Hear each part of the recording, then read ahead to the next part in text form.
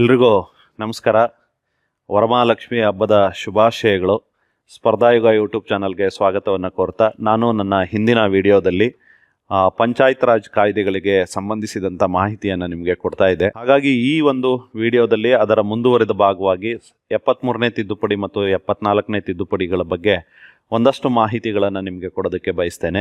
ಯಾರೆಲ್ಲ ನಮ್ಮ ಯೂಟ್ಯೂಬ್ ಚಾನಲನ್ನು ಸಬ್ಸ್ಕ್ರೈಬ್ ಮಾಡಿಲ್ಲ, ತಕ್ಷಣ ಸಬ್ಸ್ಕ್ರೈಬ್ ಮಾಡಿ, ನಿಮ್ಮ ಎಲ್ಲ ಸ್ನೇಹಿತರಿಗೂ ಇದನ್ನು ಶೇರ್ ಮಾಡಿ ಅಂತ ಹೇಳ್ತಾ, ನಿಮಗೋಸ್ಕರ ನಾವು ಈಗ VAO ಮುಂದೆ ಬರ್ತಾ ಇದೆ. ವಿಲೇಜ್ ಅಕೌಂಟೆಂಟ್ ಆಫೀಸರ್ ಹುದ್ದೆಗಳಿಗೆ ಈ ಪಂಚಾಯತ್ ರಾಜ್ ಕಾಯ್ದೆಗಳು ತುಂಬ ಉಪಯುಕ್ತ ಆಗ್ತವೆ. ನಿಮಗೆ ಉಪಯೋಗ ಆಗಲಿ ಅಂತಲೇ ನಾನು ಈಗಾಗಲೇ ಹೇಳಿದ್ದೆ, ಹಿಂದಿನ ವಿಡಿಯೋದಲ್ಲೂ ಕೂಡ ಹೇಳಿದ್ದೆ. ನನ್ನದೇ ಆದಂಥ ಒಂದು ಸ್ಪರ್ಧಾ GK ಅಂತಕ್ಕಂಥ ಒಂದು ಪುಸ್ತಕವನ್ನು ನಾನು ಬರೆದಿದ್ದೇನೆ. ಇದು KS ಇರ್ಬೋದು, PSI ಇರ್ಬೋದು, PDO ಇರ್ಬೋದು, FD ಆಗಿರ್ಬೋದು, SD ಆಗಿರ್ಬೋದು, PC ಇರ್ಬೋದು, TET ಇರ್ಬೋದು, GPSTR ಇರ್ಬೋದು, HSTR ಇರ್ಬೋದು, ಈ ತರಹದ ಎಲ್ಲ ಪರೀಕ್ಷೆಗಳಿಗೆ ಉಪಯುಕ್ತವಾಗುವಂಥ ಒಂದು ಪುಸ್ತಕ.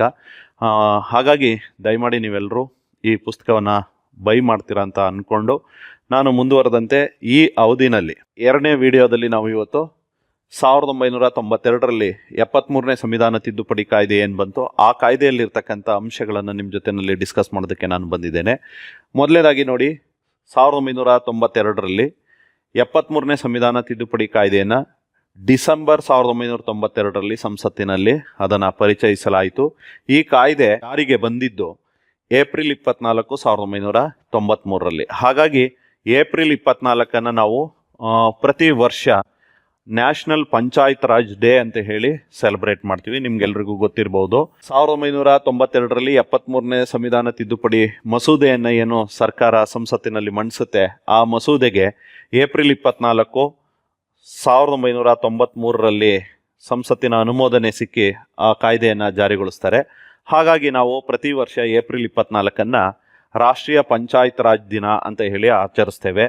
73ನೇ ಸಂವಿಧಾನ ತಿದ್ದುಪಡಿಯ ಪ್ರಮುಖ ಅಂಶಗಳೇನು, ಈ ತಿದ್ದುಪಡಿನಲ್ಲಿದ್ದಂಥ ಪ್ರಮುಖ ಅಂಶಗಳು, ಸಂವಿಧಾನದಲ್ಲಿ ಏನೆಲ್ಲ ಅಂಶಗಳಿದೆ 73ನೇ ಸಂವಿಧಾನ ತಿದ್ದುಪಡಿಗೆ ಸಂಬಂಧಿಸಿದಂತೆ ಎಂಬ ಮಾಹಿತಿಯನ್ನು ನಾನು ನಿಮ್ಗೀಗ ಕೊಡ್ತೇನೆ. ಸಂವಿಧಾನದ 9ನೇ ಭಾಗದಲ್ಲಿ, ಈಗ ಆಲ್ರೆಡಿ 9ನೇ ಭಾಗ ಸಂವಿಧಾನದಲ್ಲಿತ್ತು, ಈ 9ನೇ ಭಾಗಕ್ಕೆ ಪಂಚಾಯತ್ ರಾಜ್ ಅಂತಕ್ಕಂತಹ ಒಂದು ಅಂಶವನ್ನು ಸೇರಿಸಲಾಯಿತು. ಭಾಗ 9 ಕೇಳ್ತಿರ್ತಾರೆ ಅವಾಗವಾಗ ಸ್ಪರ್ಧಾತ್ಮಕ ಪರೀಕ್ಷೆಗಳಲ್ಲಿ, ಪಂಚಾಯತ್ ರಾಜ್ ಅಂಶಗಳನ್ನು ಸಂವಿಧಾನದ ಯಾವ ಭಾಗದಲ್ಲಿ ಸೇರಿಸಲಾಗಿದೆ ಅಂತ ಕೇಳಿದ್ರೆ 9ನೇ ಭಾಗದಲ್ಲಿ ಅದನ್ನು ಸೇರಿಸಲಾಗಿದೆ.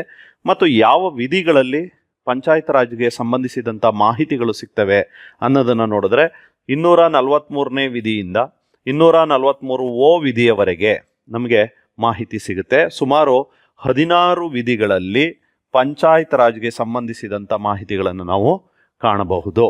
ನೆಕ್ಸ್ಟು, ಈ ಪಂಚಾಯತ್ ರಾಜ್ಗೆ ಸಂಬಂಧಿಸಿದಂತೆ 11ನೇ ಅನುಸೂಚಿಯನ್ನು ಸಂವಿಧಾನಕ್ಕೆ ಹೊಸದಾಗಿ ಸೇರಿಸಲಾಯಿತು. ಕೇಳ್ತಾರೆ, ಪಂಚಾಯತ್ ರಾಜ್ ಅಂಶಗಳು ಸಂವಿಧಾನದ ಎಷ್ಟನೇ ಅನುಸೂಚಿಯಲ್ಲಿ ಇವೆ ಅಂತ ಕೇಳಿದ್ರೆ 11ನೇ ಅನುಸೂಚಿ ಅಥವಾ 11th ಶೆಡ್ಯೂಲ್ ಅಂತ ಹೇಳಿ ನಾವು ಕರಿತೀವಿ. ಈ 11ನೇ ಅನುಸೂಚಿಯಲ್ಲಿ ಪಂಚಾಯತ್ ರಾಜ್ಗೆ ಸಂಬಂಧಿಸಿದಂಥ ಎಷ್ಟು ಅಂಶಗಳಿವೆ, ಫ್ಯಾಕ್ಟರ್ಸ್ ಎಷ್ಟು ಅಂತ ಪ್ರಶ್ನೆ ಬಂದರೆ 29 ಅಂಶಗಳನ್ನು ಸಂವಿಧಾನಕ್ಕೆ ಸೇರಿಸಲಾಗಿದೆ. ಇಲ್ಲಿ 4 ಅಂಶಗಳನ್ನು ನೀವು ಗಮನದಲ್ಲಿಟ್ಕೋಬೇಕು. ಯಾವ ಭಾಗದಲ್ಲಿದೆ ಅಂದರೆ 9ನೇ ಭಾಗದಲ್ಲಿದೆ. ಎಷ್ಟನೇ ವಿಧಿಯಿಂದ ಎಷ್ಟನೇ ವಿಧಿವರೆಗಿದೆ ಅಂತಂದರೆ 243ನೇ ವಿಧಿಯಿಂದ 243O ವಿಧಿವರೆಗಿದೆ. ಒಟ್ಟು 16 ವಿಧಿಗಳು ಸಂವಿಧಾನದಲ್ಲಿ ಪಂಚಾಯತ್ ರಾಜ್ಗೆ ಸಂಬಂಧಿಸಿದಂತೆ ಸೇರಿಸಿದ್ದಾರೆ ಅಂತಕ್ಕಂಥದ್ದು. ಮತ್ತು ಯಾವ ಅನುಸೂಚಿಯಲ್ಲಿ ಸೇರಿಸಿದ್ದಾರೆ ಅಂದರೆ 11ನೇ ಅನುಸೂಚಿಯಲ್ಲಿ ಸೇರಿಸಿದ್ದಾರೆ. ಮತ್ತು ಎಷ್ಟು ವಿಷಯಗಳನ್ನು ಸಂವಿಧಾನಕ್ಕೆ ಸೇರಿಸಿದ್ದಾರೆ ಅಂದರೆ 29 ವಿಷಯಗಳನ್ನು ಇದಕ್ಕೆ ಸೇರಿಸಿದ್ದಾರೆ. ಇದು ನಿಮಗೆ ಗೊತ್ತಿರಬೇಕು. ನೆಕ್ಸ್ಟು ನಾವು ನೋಡೋದಾದರೆ ನೋಡಿ, ಪಂಚಾಯತ್ ರಾಜ್ಗೆ ಸಂಬಂಧಿಸಿದಂತೆ 73ನೇ ಸಂವಿಧಾನ ತಿದ್ದುಪಡಿಯಲ್ಲಿ 3 ಹಂತದ ಪಂಚಾಯತ್ ರಾಜ್ ವ್ಯವಸ್ಥೆಯನ್ನು ಜಾರಿಗೊಳಿಸಲಾಗಿದೆ. ಯಾವುದು ಈ 3 ಹಂತದ ಪಂಚಾಯತ್ ರಾಜ್ ವ್ಯವಸ್ಥೆಗಳು ಯಾವುದು? ಅದಕ್ಕೆ ಸಂವಿಧಾನಾತ್ಮಕ ಮಾನ್ಯತೆಯನ್ನು, ಕಾನ್ಸ್ಟಿಟ್ಯೂಷನಲ್ ಸ್ಟೇಟಸನ್ನು ಕೂಡ ನೀಡಲಾಗಿದೆ. ನಿಮಗೆ ಬಲವಂತರಾಯ್ ಮೆಹ್ತಾ ಸಮಿತಿ ವರದಿಯಲ್ಲಾಗಲಿ ಅಥವಾ ಅಶೋಕ್ ಮೆಹ್ತಾ ಸಮಿತಿಯ ವರದಿಯಲ್ಲಾಗಲಿ ಸಂವಿಧಾನಾತ್ಮಕ ಸ್ಥಾನಮಾನಗಳನ್ನು ಕೊಟ್ಟಿರಲಿಲ್ಲ. ಮೊಟ್ಟ ಮೊದಲ ಬಾರಿಗೆ 73ನೇ ಸಂವಿಧಾನ ತಿದ್ದುಪಡಿಯ ಮೂಲಕ ಪಂಚಾಯತ್ ರಾಜ್ ವ್ಯವಸ್ಥೆಗೆ ನಮ್ಮಲ್ಲಿ ಸಂವಿಧಾನಾತ್ಮಕ ಸ್ಥಾನಮಾನವನ್ನು ನೀಡಲಾಯಿತು. ಮೊಟ್ಟ ಮೊದಲ ಬಾರಿಗೆ ಗ್ರಾಮ ಸಭೆಗೆ, ಚೆನ್ನಾಗಿ ಗೊತ್ತಿರಲಿ, ಗ್ರಾಮ ಸಭೆಗೆ ಸಂವಿಧಾನಾತ್ಮಕ ಸ್ಥಾನಮಾನವನ್ನು ನೀಡಲಾಗಿದೆ. 73ನೇ ತಿದ್ದುಪಡಿಯ ಪ್ರಕಾರ ಗ್ರಾಮ ಸಭೆಗೆ ಸಂವಿಧಾನಾತ್ಮಕ ಸ್ಥಾನಮಾನವನ್ನು ನೀಡಲಾಗಿದೆ. ಪಂಚಾಯತ್ಗಳ ಅವಧಿ ಸಾಮಾನ್ಯವಾಗಿ 5 ವರ್ಷಗಳು ಎಂದು 73ನೇ ಸಂವಿಧಾನ ತಿದ್ದುಪಡಿಯಲ್ಲಿ ನಿಗದಿಪಡಿಸಲಾಗಿದೆ. ಪಂಚಾಯತ್ ಏನಾದರೂ ಯಾವುದೇ ಪಂಚಾಯಿತಿ ವಿಸರ್ಜನೆ ಆದರೆ ಅಲ್ಲಿ 6 ತಿಂಗಳ ಒಳಗಾಗಿ ಆ ಪಂಚಾಯಿತಿಗಳಿಗೆ ಚುನಾವಣೆಗಳನ್ನು ನಡೆಸಬೇಕು ಅಂತಕ್ಕಂಥದ್ದನ್ನ ಹೇಳಲಾಗಿದೆ. ಹಾಗೆಯೇ 73ನೇ ಸಂವಿಧಾನ ತಿದ್ದುಪಡಿಯಲ್ಲಿ ಪರಿಶಿಷ್ಟ ಜಾತಿ ಮತ್ತು ಪರಿಶಿಷ್ಟ ಪಂಗಡದ ಸಮುದಾಯಗಳಿಗೆ ಪಂಚಾಯತ್ ರಾಜ್ ವ್ಯವಸ್ಥೆನಲ್ಲಿ ಮೀಸಲಾತಿಯನ್ನ ಕೊಡಬೇಕು, 1/3 ಮೀಸಲಾತಿಯನ್ನು ಕೊಡಬೇಕು ಅಂತಕ್ಕಂಥ ಅಂಶವನ್ನು ಕೂಡ ಸೇರಿಸಲಾಗಿದೆ. ಇನ್ನು ಮುಂದುವರಿದಂತೆ ನೋಡಿ, ಒಟ್ಟು ಏನೋ ಒಂದು ಪಂಚಾಯತಿನಲ್ಲಿ ಒಟ್ಟು ಎಷ್ಟು ಸ್ಥಾನಗಳಿರ್ತವೆ ಮತ್ತು ಅಧ್ಯಕ್ಷ ಹುದ್ದೆಗಳಲ್ಲೂ ಕೂಡ ಕನಿಷ್ಠ 1/3 ಸ್ಥಾನಗಳನ್ನು ಮಹಿಳೆಯರಿಗೆ ಮೀಸಲಾತಿಯನ್ನು ಕೊಡಬೇಕು ಅಂತಕ್ಕಂಥ ಅಂಶವನ್ನು 73ನೇ ಸಂವಿಧಾನ ತಿದ್ದುಪಡಿಯಲ್ಲಿ ಸೇರಿಸಲಾಗಿದೆ. ಆದರೆ ಕರ್ನಾಟಕದಲ್ಲಿ ನಿಮಗೆ ಗೊತ್ತಿರಲಿ, ಏನು 73ನೇ ತಿದ್ದುಪಡಿನಲ್ಲಿ ಹೇಳಿದ್ದಾರೆ ಅದಕ್ಕಿಂತನೂ ಹೆಚ್ಚಿನ ಭಾಗದ ಮೀಸಲಾತಿಯನ್ನು ಕರ್ನಾಟಕ ರಾಜ್ಯದಲ್ಲಿ ನೀಡಲಾಗಿದೆ. ಕರ್ನಾಟಕ ಒಂದೇ ಅಂತ ಅಲ್ಲ, ಹಲವು ರಾಜ್ಯಗಳಲ್ಲಿ ಈ ರೀತಿ ಮೀಸಲಾತಿಯನ್ನು ಹೆಚ್ಚು ಕೊಟ್ಟಿದ್ದಾರೆ. ಮಹಿಳೆಯರಿಗೆ ಕರ್ನಾಟಕದಲ್ಲಿ 50% ಮೀಸಲಾತಿಯನ್ನು ನೀಡಲಾಗಿದೆ. ಇನ್ನು ಮುಂದುವರಿದಂತೆ 73ನೇ ಸಂವಿಧಾನ ತಿದ್ದುಪಡಿಯ ಪ್ರಕಾರ ಒಂದು ರಾಜ್ಯ ಚುನಾವಣಾ ಆಯೋಗವನ್ನು, ಸ್ಟೇಟ್ ಎಲೆಕ್ಷನ್ ಕಮಿಷನ್ ಅನ್ನ ಸ್ಥಾಪನೆ ಮಾಡಬೇಕು ಅಂತ. ಇಲ್ಲಿ ನಿಮಗೆ ಗೊತ್ತಿರಲಿ, ರಾಜ್ಯ ಚುನಾವಣಾ ಆಯೋಗ ಅಂತ ಅಂದ್ರೆ ನಮ್ಮಲ್ಲಿ ECI ಈಗಾಗಲೇ ಇದೆ, ಎಲೆಕ್ಷನ್ ಕಮಿಷನ್ ಆಫ್ ಇಂಡಿಯಾ ಅಂತ ಕರಿತೀವಿ. ECI ಇದು 6 ಚುನಾವಣೆಗಳನ್ನು ನಡೆಸುತ್ತೆ. ನಿಮ್ಗೆಲ್ರಿಗೂ ಗೊತ್ತಿದೆ, ಪ್ರೆಸಿಡೆಂಟ್ ಚುನಾವಣೆಯನ್ನ ನಡೆಸುತ್ತೆ, ಹಾಗೇನೆ ವೈಸ್ ಪ್ರೆಸಿಡೆಂಟ್ ಚುನಾವಣೆಯನ್ನ ನಡೆಸುತ್ತೆ, ಅಂದ್ರೆ ಉಪರಾಷ್ಟ್ರಪತಿ ಚುನಾವಣೆಯನ್ನ ನಡೆಸುತ್ತೆ, ಹಾಗೇನೆ ಲೋಕಸಭಾ ಚುನಾವಣೆಯನ್ನ ನಡೆಸುತ್ತೆ, ರಾಜ್ಯಸಭಾ ಚುನಾವಣೆಯನ್ನ ನಡೆಸುತ್ತೆ, ಹಾಗೆಯೇ ರಾಜ್ಯ ವಿಧಾನಸಭಾ ಚುನಾವಣೆಗಳನ್ನು ನಡೆಸುತ್ತೆ, ಸ್ಟೇಟ್ ಅಸೆಂಬ್ಲೀಸ್, ಹಾಗೆಯೇ ಸ್ಟೇಟ್ ಕೌನ್ಸಿಲ್ ಚುನಾವಣೆಗಳನ್ನು ಕೂಡ ಇದು ನಡೆಸುತ್ತೆ. ನೋಡಿ, ಒಟ್ಟು ಭಾರತ ಚುನಾವಣಾ ಆಯೋಗ 6 ಚುನಾವಣೆಗಳನ್ನು ನಡೆಸುತ್ತೆ. ರಾಷ್ಟ್ರಪತಿ, ಉಪರಾಷ್ಟ್ರಪತಿ, ಲೋಕಸಭೆ, ರಾಜ್ಯಸಭೆ, ವಿಧಾನಸಭೆ, ವಿಧಾನ ಪರಿಷತ್ತಿನ ಚುನಾವಣೆಗಳನ್ನು ಇದು ನಡೆಸ್ತಾ ಇದೆ.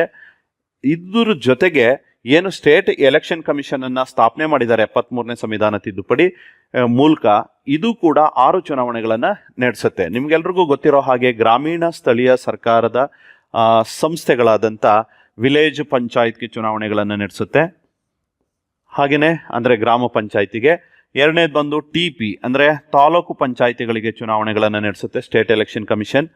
ಅದ್ರ ಜೊತೆಗೆ ZP ಜಿಲ್ಲಾ ಪಂಚಾಯತಿಗೆ ಚುನಾವಣೆಗಳನ್ನು ನಡೆಸುತ್ತೆ. ಹಾಗೆಯೇ ನಗರ ಸ್ಥಳೀಯ ಸರ್ಕಾರಗಳಾದಂತಹ ಪಟ್ಟಣ ಪಂಚಾಯಿತಿ ಅಥವಾ ಪುರಸಭೆ ಅಂತ ಕರಿತೀವಿ, ಪಟ್ಟಣ ಪಂಚಾಯಿತಿ ಅಥವಾ ಪುರಸಭೆಯ ಚುನಾವಣೆಗಳನ್ನು ಕೂಡ ಸ್ಟೇಟ್ ಎಲೆಕ್ಷನ್ ಕಮಿಷನ್ ನಡೆಸುತ್ತೆ. ಅದ್ರ ಜೊತೆಗೆ ನಗರಸಭೆ ಅಂತ ಏನು ಕರಿತೀವಿ, ನಗರಸಭೆಯ ಚುನಾವಣೆಗಳನ್ನು ಸ್ಟೇಟ್ ಎಲೆಕ್ಷನ್ ಕಮಿಷನ್ ನಡೆಸುತ್ತೆ. ಹಾಗೆಯೇ ಮೆಟ್ರೋಪಾಲಿಟನ್ ಎಲೆಕ್ಷನ್ಸ್ ಅಂತ ಕರಿತೀವಿ ಅಥವಾ ಮಹಾನಗರ ಪಾಲಿಕೆಯ ಚುನಾವಣೆಗಳು. ಹೀಗೆ ರಾಜ್ಯ ಚುನಾವಣಾ ಆಯೋಗವೂ ಸಹ ಒಟ್ಟು 6 ಚುನಾವಣೆಗಳನ್ನು ನಡೆಸುತ್ತೆ. ಗ್ರಾಮ ಪಂಚಾಯಿತಿ, ತಾಲೂಕು ಪಂಚಾಯಿತಿ ಮತ್ತು ಜಿಲ್ಲಾ ಪಂಚಾಯಿತಿ, ಪಟ್ಟಣ ಪಂಚಾಯಿತಿ, ನಗರಸಭೆ, ಮಹಾನಗರ ಪಾಲಿಕೆಗಳ ಚುನಾವಣೆಗಳನ್ನು ಈ ರಾಜ್ಯ ಚುನಾವಣಾ ಆಯೋಗ ನಡೆಸ್ಕೊಂಡು ಬರ್ತಾ ಇರೋದನ್ನ ಕಾಣ್ತೀವಿ. ಇನ್ನು ಪ್ರತಿ 5 ವರ್ಷಗಳಿಗೊಮ್ಮೆ ರಾಜ್ಯ ಹಣಕಾಸು ಆಯೋಗವನ್ನು ರಚಿಸಬೇಕು ಅಂತ 73ನೇ ಸಂವಿಧಾನ ತಿದ್ದುಪಡಿಯಲ್ಲಿ ಹೇಳಲಾಗಿದೆ. ನೋಡಿ, 1950ರಲ್ಲಿ ಸಂವಿಧಾನ ಜಾರಿಗೆ ಬಂದಾಗಿನಿಂದ ನಮ್ಮಲ್ಲಿ ಪ್ರತಿ 5 ವರ್ಷಕ್ಕೊಮ್ಮೆ ಸಂವಿಧಾನದ 280ನೇ ವಿಧಿಯ ಪ್ರಕಾರ, ಆರ್ಟಿಕಲ್ 280 ಪ್ರಕಾರ ನಮ್ಮಲ್ಲಿ ಒಂದು ಹಣಕಾಸು ಆಯೋಗವನ್ನು ಭಾರತ ಸರ್ಕಾರ ನೇಮಿಸ್ಕೊಳ್ತಾ ಬಂದಿದೆ. ಅದರಂತೆ ಇದುವರೆಗೆ ಸುಮಾರು 16 ಹಣಕಾಸು ಆಯೋಗಗಳು ಭಾರತದಲ್ಲಿ ಬಂದು ಹೋಗಿವೆ. ಈಗ 16ನೇ ಹಣಕಾಸು ಆಯೋಗ ಪ್ರಸ್ತುತ ಅಸ್ತಿತ್ವದಲ್ಲಿರೋದನ್ನು ನಾವು ಕಾಣ್ತೀವಿ. 73ನೇ ಸಂವಿಧಾನ ತಿದ್ದುಪಡಿ ಜಾರಿಗೆ ಬಂದ ಮೇಲೆ ರಾಜ್ಯ ಹಣಕಾಸು ಆಯೋಗವನ್ನು ಸ್ಥಾಪನೆ ಮಾಡೋದಕ್ಕೆ ಚಾಲನೆಯನ್ನು ನೀಡಲಾಯಿತು. 1992ರಿಂದ ಇದುವರೆಗೆ ಸುಮಾರು 7 ರಾಜ್ಯ ಹಣಕಾಸು ಆಯೋಗಗಳು ಬಂದು ಹೋಗಿವೆ. ಹಾಗಾಗಿ ರಾಜ್ಯ ಹಣಕಾಸು ಆಯೋಗ ಸ್ಥಾಪನೆ ಮಾಡೋದಕ್ಕೂ ಈ ಒಂದು ತಿದ್ದುಪಡಿನಲ್ಲಿ ಹೇಳಲಾಯಿತು.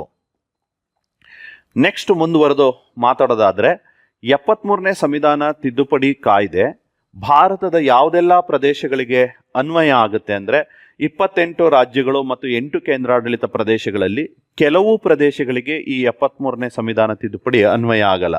ಅದರಲ್ಲಿ ವಿಶೇಷವಾಗಿ ನಾಗಾಲ್ಯಾಂಡ್ ರಾಜ್ಯಕ್ಕೆ, ಮೇಘಾಲಯ ರಾಜ್ಯಕ್ಕೆ ಮತ್ತು ಮಿಜೋರಾಂ ರಾಜ್ಯ ಅಂತ ಏನು ಕರಿತೀವಿ, ಈ ರಾಜ್ಯಗಳಿಗೆ ಈ ಒಂದು 73ನೇ ಸಂವಿಧಾನ ತಿದ್ದುಪಡಿಯನ್ನ ಅನ್ವಯಿಸೋದಿಲ್ಲ. ಹಾಗೆಯೇ 6ನೇ ಅನುಸೂಚಿಯಲ್ಲಿ ಬರ್ತಕ್ಕಂಥ ಪ್ರದೇಶಗಳು ಅಂತ ಏನು ಕರಿತೀವಿ, ಅಂದರೆ ATM ಸ್ಕ್ವೇರ್ ಸ್ಟೇಟ್ಸ್ ಅಂತ ನಾನು ನಿಮ್ಗೆ ಯಾವಾಗಲೂ ಹೇಳ್ತಾ ಇರ್ತೀನಿ. ಏನಿದು ATM ಸ್ಕ್ವೇರ್ಸ್ ಅಂತ ಅಂದರೆ ಅಸ್ಸಾಂ, ತ್ರಿಪುರಾ, ಮೇಘಾಲಯ ಮತ್ತು ಮಿಜೋರಾಂ, ಈ 4 ರಾಜ್ಯಗಳಿಗೆ ಈ ಒಂದು 73ನೇ ಸಂವಿಧಾನ ತಿದ್ದುಪಡಿಯ ಅಂಶಗಳನ್ನು ಅನ್ವಯ ಮಾಡಲ್ಲ ಅಂತಕ್ಕಂಥದ್ದನ್ನ ನಾವು ತಿಳ್ಕೊಂಡಿರ್ಬೇಕಾಗತ್ತೆ. ನೆಕ್ಸ್ಟು ನೋಡಿ, ಈಗ ಒಂದೊಂದೇ ವಿಧಿಗಳನ್ನು 73ನೇ ಸಂವಿಧಾನ ತಿದ್ದುಪಡಿಗೆ ಸಂಬಂಧಿಸಿದಂಥ ಒಂದೊಂದೇ ವಿಧಿಗಳನ್ನು ನಾವು 16 ವಿಧಿಗಳಿದ್ದಾವೆ ಅಂತ ಹೇಳಿದ್ನಲ್ಲ, 16 ವಿಧಿಗಳನ್ನು ಸ್ಪಷ್ಟವಾಗಿ ಹಂಗಂದ್ರೆ ಏನಿದೆ ಅದರಲ್ಲಿ ಅಂತ ತಿಳ್ಕೊಳ್ತಾ ಹೋಗೋಣ. ಯಾಕೆಂದರೆ ಕಾಂಪಿಟೇಟಿವ್ ಎಕ್ಸಾಮಿನೇಷನ್ಸಲ್ಲಿ ಅದಕ್ಕೆ ರಿಲೇಟೆಡ್ ಆಗಿ ಒಂದಷ್ಟು ಪ್ರಶ್ನೆಗಳನ್ನು ಕೇಳ್ತಾ ಇರ್ತಾರೆ. ಮೊದಲನೇದಾಗಿ 243ನೇ ವಿಧಿ. 243ನೇ ವಿಧಿ ನಮಗೆ ಏನಿದೆ ಅಂದರೆ ಅಲ್ಲಿ ಡೆಫಿನಿಷನ್ಸ್ಗಳಿದೆ, ವ್ಯಾಖ್ಯಾನಗಳಿದೆ. ಯಾವುದರ ವ್ಯಾಖ್ಯಾನಗಳಿದೆ ನೋಡಿ, ಗ್ರಾಮೀಣ ಸ್ಥಳೀಯ ಸರ್ಕಾರದಲ್ಲಿ ಬರ್ತಕ್ಕಂತಹ ಕೆಲವು ಪದಗಳ ಅದರ ಅರ್ಥಗಳನ್ನು ಅಲ್ಲಿ ವಿವರಿಸಲಾಗಿದೆ. ಪಂಚಾಯತ್ ಅಂದರೆ ಏನು, ಗ್ರಾಮ ಸಭೆ ಅಂದರೆ ಏನು, ಮಧ್ಯಂತರ ಹಂತ ಅಂದ್ರೆ ಏನು, ಜಿಲ್ಲಾ ಮಟ್ಟ ಅಂದ್ರೆ ಏನು, ಹೀಗೆ ಹಲವು ಪದಗಳ ವಿವರಣೆಯನ್ನ ಸಂವಿಧಾನದ 243ನೇ ವಿಧಿನಲ್ಲಿ ಅದರ ವ್ಯಾಖ್ಯಾನಗಳನ್ನು ಕೊಡಲಾಗಿದೆ. 243 ಅಂದರೆ ನೀವು ನೆನ್ಪಿಟ್ಕೋಬೇಕು ಡೆಫಿನೇಷನ್ಸ್ ಅಂತ ಹೇಳಿ. Next 243A, very very important. ಇದು ತುಂಬ ಮುಖ್ಯವಾದಂಥ ಒಂದು ವಿಧಿ. ಯಾಕೆಂದರೆ ಇದ್ರ ಮೇಲೆ ಸ್ಪರ್ಧಾತ್ಮಕ ಪರೀಕ್ಷೆಗಳಲ್ಲಿ ಸಾಕಷ್ಟು ಪ್ರಶ್ನೆಗಳನ್ನು ಈಗಾಗಲೇ ಕೇಳಿದ್ದಾರೆ, ಮುಂದೆಯೂ ಕೇಳ್ತಾರೆ. ಈ ವಿಧಿಯನ್ನು ಯಾವುದೇ ಕಾರಣಕ್ಕೂ ಮರಿಬಾರ್ದು. 243A ಅಂದ ತಕ್ಷಣ ನಿಮ್ಮ ತಲೆಗೆ ಬರಬೇಕು ಗ್ರಾಮ ಸಭಾ. ಗ್ರಾಮ ಸಭೆ ಬಗ್ಗೆ, ಗ್ರಾಮ ಸಭೆ ಹೇಗೆ ರಚನೆ ಆಗುತ್ತೆ, ಗ್ರಾಮ ಸಭೆಯ ಸದಸ್ಯರು ಯಾರಾಗಿರ್ತಾರೆ, ಗ್ರಾಮ ಸಭೆಯ ಅಧಿಕಾರ ಏನು, ಗ್ರಾಮ ಸಭೆಯಲ್ಲಿ ಯಾರೆಲ್ಲ ಸದಸ್ಯರುಗಳಿರ್ತಾರೆ, ಗ್ರಾಮ ಸಭೆಯನ್ನು ವರ್ಷಕ್ಕೆ ಎಷ್ಟು ಬಾರಿ ಕರಿಬೇಕು, ಅದರ ಅಧ್ಯಕ್ಷತೆಯನ್ನು ಯಾರು ವಹಿಸಬೇಕು, ಗ್ರಾಮ ಸಭೆಯನ್ನು ಯಾವ ಸಂದರ್ಭದಲ್ಲಿ ರದ್ದು ಮಾಡ್ಬೋದು, ಗ್ರಾಮ ಸಭೆಯಲ್ಲಿ ಏನೇನೆಲ್ಲ ನಡೆಯುತ್ತೆ ಅಂತಕ್ಕಂಥ ಮಾಹಿತಿ 243A ವಿಧಿನಲ್ಲಿ ನಮಗೆ ಸಿಗುತ್ತೆ. ಇದು ನಿಮಗೆ ಚೆನ್ನಾಗಿ ಗೊತ್ತಿರಬೇಕು. ನೆಕ್ಸ್ಟು 3ನೇ ವಿಧಿ ಯಾವುದಪ್ಪ ಅಂತಂದರೆ 243B ವಿಧಿ. 243B ವಿಧಿನಲ್ಲಿ ಪಂಚಾಯತ್ಗಳ ರಚನೆಗಳ ಬಗ್ಗೆ, ಈಗೇನು 3 ಹಂತದ ಪಂಚಾಯಿತಿಗಳು ಅಂತ ಕರೆದ್ವಿ ನಾವು, ಅದು ಗ್ರಾಮ ಪಂಚಾಯಿತಿ ಇರ್ಬೋದು, ತಾಲೂಕು ಪಂಚಾಯಿತಿ ಇರ್ಬೋದು, ಜಿಲ್ಲಾ ಪಂಚಾಯಿತಿ ಅಂತ 3 ಹಂತದ ಪಂಚಾಯಿತಿಗಳಿವೆ. ಈ 3 ಹಂತದ ಪಂಚಾಯಿತಿಗಳ ರಚನೆ ಹೇಗಾಗುತ್ತೆ, ಈಗ ಉದಾಹರಣೆಗೆ ಗ್ರಾಮ ಪಂಚಾಯಿತಿಯನ್ನು ಎಷ್ಟು ಜನಸಂಖ್ಯೆಗೆ ಒಂದು ಗ್ರಾಮ ಪಂಚಾಯಿತಿಯನ್ನು ಸ್ಥಾಪನೆ ಮಾಡ್ತಾರೆ. ಸಾಮಾನ್ಯವಾಗಿ ನಿಮ್ಗೆಲ್ರಿಗೂ ಗೊತ್ತಿದೆ, 5,000ದಿಂದ 7,000 ಜನಸಂಖ್ಯೆ ಇರತಕ್ಕಂಥ ಒಂದು ಪ್ರದೇಶ, ಗ್ರಾಮ ಅಥವಾ ಗ್ರಾಮಗಳ ಸಮುದಾಯಕ್ಕೆ ಒಂದು ಗ್ರಾಮ ಪಂಚಾಯಿತಿಯನ್ನು ಸ್ಥಾಪನೆ ಮಾಡ್ತಾರೆ. ಹಾಗೆಯೇ ಗ್ರಾಮ ಪಂಚಾಯಿತಿನಲ್ಲಿ ಎಷ್ಟು ಸದಸ್ಯರಿರ್ತಾರೆ, ಕನಿಷ್ಠ ಎಷ್ಟು ಸದಸ್ಯರಿರಬೇಕು, ಎಷ್ಟು ಗರಿಷ್ಠ ಸದಸ್ಯರಿರಬೇಕು, ಹೀಗೆ ಅದರ ಮಾಹಿತಿ ಗ್ರಾಮ ಪಂಚಾಯಿತಿದಿರ್ಬೋದು, ತಾಲೂಕ್ ಪಂಚಾಯಿತಿದಿರ್ಬೋದು, ಜಿಲ್ಲಾ ಪಂಚಾಯಿತಿಗಳ ರಚನೆಯ ಬಗ್ಗೆ ಮಾಹಿತಿಯನ್ನು 243B ವಿಧಿ ನಮಗೆ ತಿಳಿಸ್ಕೊಡುತ್ತೆ. ಇನ್ನು 243C ವಿಧಿ ಪಂಚಾಯಿತಿಗಳ ಸದಸ್ಯತ್ವದ ಬಗ್ಗೆ ನಮಗೆ ಮಾಹಿತಿಯನ್ನು ತಿಳಿಸ್ಕೊಡುತ್ತೆ. ಪಂಚಾಯಿತಿಗಳಲ್ಲಿ ಈಗ ಗ್ರಾಮ ಪಂಚಾಯಿತಿನಲ್ಲಿ ಎಷ್ಟು ಜನ ಸದಸ್ಯರು ಇರಬೇಕು, ಉದಾಹರಣೆಗೆ ಒಬ್ಬ ಸದಸ್ಯ ಎಷ್ಟು ಜನರನ್ನು ಪ್ರತಿನಿಧಿಸ್ತಾನೆ. ಈಗ ಗ್ರಾಮ ಪಂಚಾಯಿತಿನಲ್ಲಿ 400 ಜನಕ್ಕೆ ಒಬ್ಬ ಸದಸ್ಯನಂತೆ ಮಾಡಲಾಗಿದೆ. 400ಕ್ಕಿಂತ ಹೆಚ್ಚಾದರೆ ಮತ್ತೊಂದು ಸದಸ್ಯ ಸ್ಥಾನವನ್ನು ಸೃಜಿಸಲಾಗುತ್ತೆ. ಹಾಗಾಗಿ 243C ಅಂದ ತಕ್ಷಣ ನಿಮಗೆ ಗ್ರಾಮ ಪಂಚಾಯಿತಿಗಳ ಸದಸ್ಯತ್ವದ ಬಗ್ಗೆ ಮಾಹಿತಿ ನಮಗೆ ಸಿಗುತ್ತೆ. ಇದು ನಿಮಗೆ ಚೆನ್ನಾಗಿ ಗೊತ್ತಿರಬೇಕು. ನೆಕ್ಸ್ಟ್ ಬಂದು 243D. ನಾನು 243A ಬಹಳ ಇಂಪಾರ್ಟೆಂಟ್ ಅಂತ ಹೇಳಿದೆ, ಹಾಗೆಯೇ 243D ಕೂಡ ಅಷ್ಟೇ ಮುಖ್ಯವಾದಂಥ ಒಂದು ವಿಧಿ. ಯಾಕೆ ಅಂದರೆ ಇಲ್ಲಿ ಮೀಸಲಾತಿಗಳ ಬಗ್ಗೆ ಹೇಳಲಾಗಿದೆ. ಮೀಸಲಾತಿ ಅನ್ನೋದನ್ನು ಇಲ್ಲಿ ತಿಳಿಸಲಾಗಿದೆ. 243D ಅಂದ ತಕ್ಷಣ ನಿಮಗೆ ಮೀಸಲಾತಿ ಅನ್ನೋದು ನೆನಪು ಬರಬೇಕು, ರಿಸರ್ವೇಷನ್. ಹೇಗೆ 243A ಅಂದ ತಕ್ಷಣ ಗ್ರಾಮ ಸಭೆ ನೆನಪು ಬರುತ್ತೋ ಹಾಗೆಯೇ 243D ಅಂದ ತಕ್ಷಣ ನಿಮಗೆ ಮೀಸಲಾತಿ. ಇಲ್ಲಿ 3 ತರಹದ ಮೀಸಲಾತಿಯನ್ನು ಹೇಳಲಾಗಿದೆ. ಒಂದು ಪರಿಶಿಷ್ಟ ಜಾತಿ, ಶೆಡ್ಯೂಲ್ ಕ್ಯಾಸ್ಟ್. ಇನ್ನೊಂದು ಬಂದು ಪರಿಶಿಷ್ಟ ಪಂಗಡ, ಶೆಡ್ಯೂಲ್ ಟ್ರೈಬ್ಸ್. ಈ 2 ವರ್ಗಗಳಿಗೆ ಆ ವರ್ಗಗಳ ಜನಸಂಖ್ಯೆಗೆ ಅನುಗುಣವಾಗಿ ಎಷ್ಟು ಜನರಿದ್ದಾರೆ, ಎಷ್ಟು ಪರ್ಸೆಂಟ್ ಜನರಿದ್ದಾರೆ ಆ ಪಂಚಾಯಿತಿ ವ್ಯಾಪ್ತಿನಲ್ಲಿ, ಅದರ ಆಧಾರದ ಮೇಲೆ ಸ್ಥಾನಗಳನ್ನು ನಿಗದಿಪಡಿಸಬೇಕು ಅಂತ ಹೇಳಿ 243D ವಿಧಿಯಲ್ಲಿ ಹೇಳಲಾಗಿದೆ. ಒಂದು ಪರಿಶಿಷ್ಟ ಜಾತಿ, ಇನ್ನೊಂದು ಪರಿಶಿಷ್ಟ ಪಂಗಡ. ಮತ್ತೊಂದು ವರ್ಗ ಯಾವುದು ಅಂದರೆ ಮಹಿಳೆಯರು. ಮಹಿಳೆಯರಿಗೆ 1/3 ಮೀಸಲಾತಿಯನ್ನು ಕೊಡಬೇಕು ಅಂತ ಹೇಳಿ 73ನೇ ಸಂವಿಧಾನ ತಿದ್ದುಪಡಿ ಕಾಯ್ದೆಯಲ್ಲಿ ಹೇಳಲಾಗಿದೆ. ಹಾಗಾಗಿ 243D ಅಂದರೆ ರಿಸರ್ವೇಷನ್ನು. ಅಲ್ಲಿ 3 ವರ್ಗಗಳಿಗೆ ರಿಸರ್ವೇಷನ್ ಹೇಳಲಾಗಿದೆ: ಪರಿಶಿಷ್ಟ ಜಾತಿ, ಪರಿಶಿಷ್ಟ ಪಂಗಡ ಮತ್ತು ಮಹಿಳೆಯರಿಗೆ. ನೆಕ್ಸ್ಟ್ ಮುಂದುವರಿದಂತೆ 243 ಈ ವಿಧಿ. ಇದು ಪಂಚಾಯಿತಿಗಳ ಅವಧಿಗಳ ಬಗ್ಗೆ. ಗ್ರಾಮ ಪಂಚಾಯಿತಿ ಅವಧಿ ಎಷ್ಟು, ತಾಲೂಕ್ ಪಂಚಾಯಿತಿ ಅವಧಿ ಎಷ್ಟು, ಜಿಲ್ಲಾ ಪಂಚಾಯಿತಿ ಅವಧಿ ಎಷ್ಟು. ಸಾಮಾನ್ಯವಾಗಿ ಪಂಚಾಯಿತಿಗಳ ಅವಧಿ 5 ವರ್ಷಗಳಿರುತ್ತೆ. 5 ವರ್ಷಗಳಿಗೂ ಮೀರಿನೂ ಕೆಲವು ಟೈಮಲ್ಲಿ ಅದು ಏನಾದರೂ ಅಷ್ಟರೊಳಗಡೆ 5 ವರ್ಷದ ಒಳಗಡೆ ಪಂಚಾಯಿತಿಗಳು ವಿಸರ್ಜನೆ ಆದರೆ 6 ತಿಂಗಳ ಒಳಗಾಗಿ ಆ ಪಂಚಾಯಿತಿಗಳಿಗೆ ಚುನಾವಣೆಗಳನ್ನು ನಡೆಸಬೇಕು ಅಂತ ಹೇಳಿ 243 ಈ ವಿಧಿನಲ್ಲಿ ಹೇಳಲಾಗಿದೆ. ಇನ್ನು 243 ಎಫ್ ವಿಧಿ ಸದಸ್ಯರ ಅನರ್ಹತೆ ಬಗ್ಗೆ ಹೇಳುತ್ತೆ. ಡಿಸ್ಕ್ವಾಲಿಫಿಕೇಶನ್ ಆಫ್ ಮೆಂಬರ್ಸ್ ಅಂತ ಕರಿತೀವಿ. ಗ್ರಾಮ ಪಂಚಾಯತಿನಲ್ಲಿರೋರು, ತಾಲೂಕ್ ಪಂಚಾಯತಿನಲ್ಲಿರೋರು, ಜಿಲ್ಲಾ ಪಂಚಾಯತಿನಲ್ಲಿ ಯಾರು ಮೆಂಬರ್ಸ್ ಆಗಿರ್ತಾರೆ ಅವರನ್ನು ಯಾವ ಯಾವ ಕಾರಣಗಳಿಗಾಗಿ ಅವರ ಸದಸ್ಯತ್ವವನ್ನು ರದ್ದು ಮಾಡಬಹುದು ಅಂತಕ್ಕಂಥ ಮಾಹಿತಿ 243 ಎಫ್ ವಿಧಿನಲ್ಲಿ ನಮಗೆ ಮಾಹಿತಿ ಸಿಗುತ್ತೆ. ಇನ್ನು ನೆಕ್ಸ್ಟು ಬಂದರೆ ನೋಡಿ, 243 ಜಿ ವಿಧಿ ಬಹಳ ಇಂಪಾರ್ಟೆಂಟು.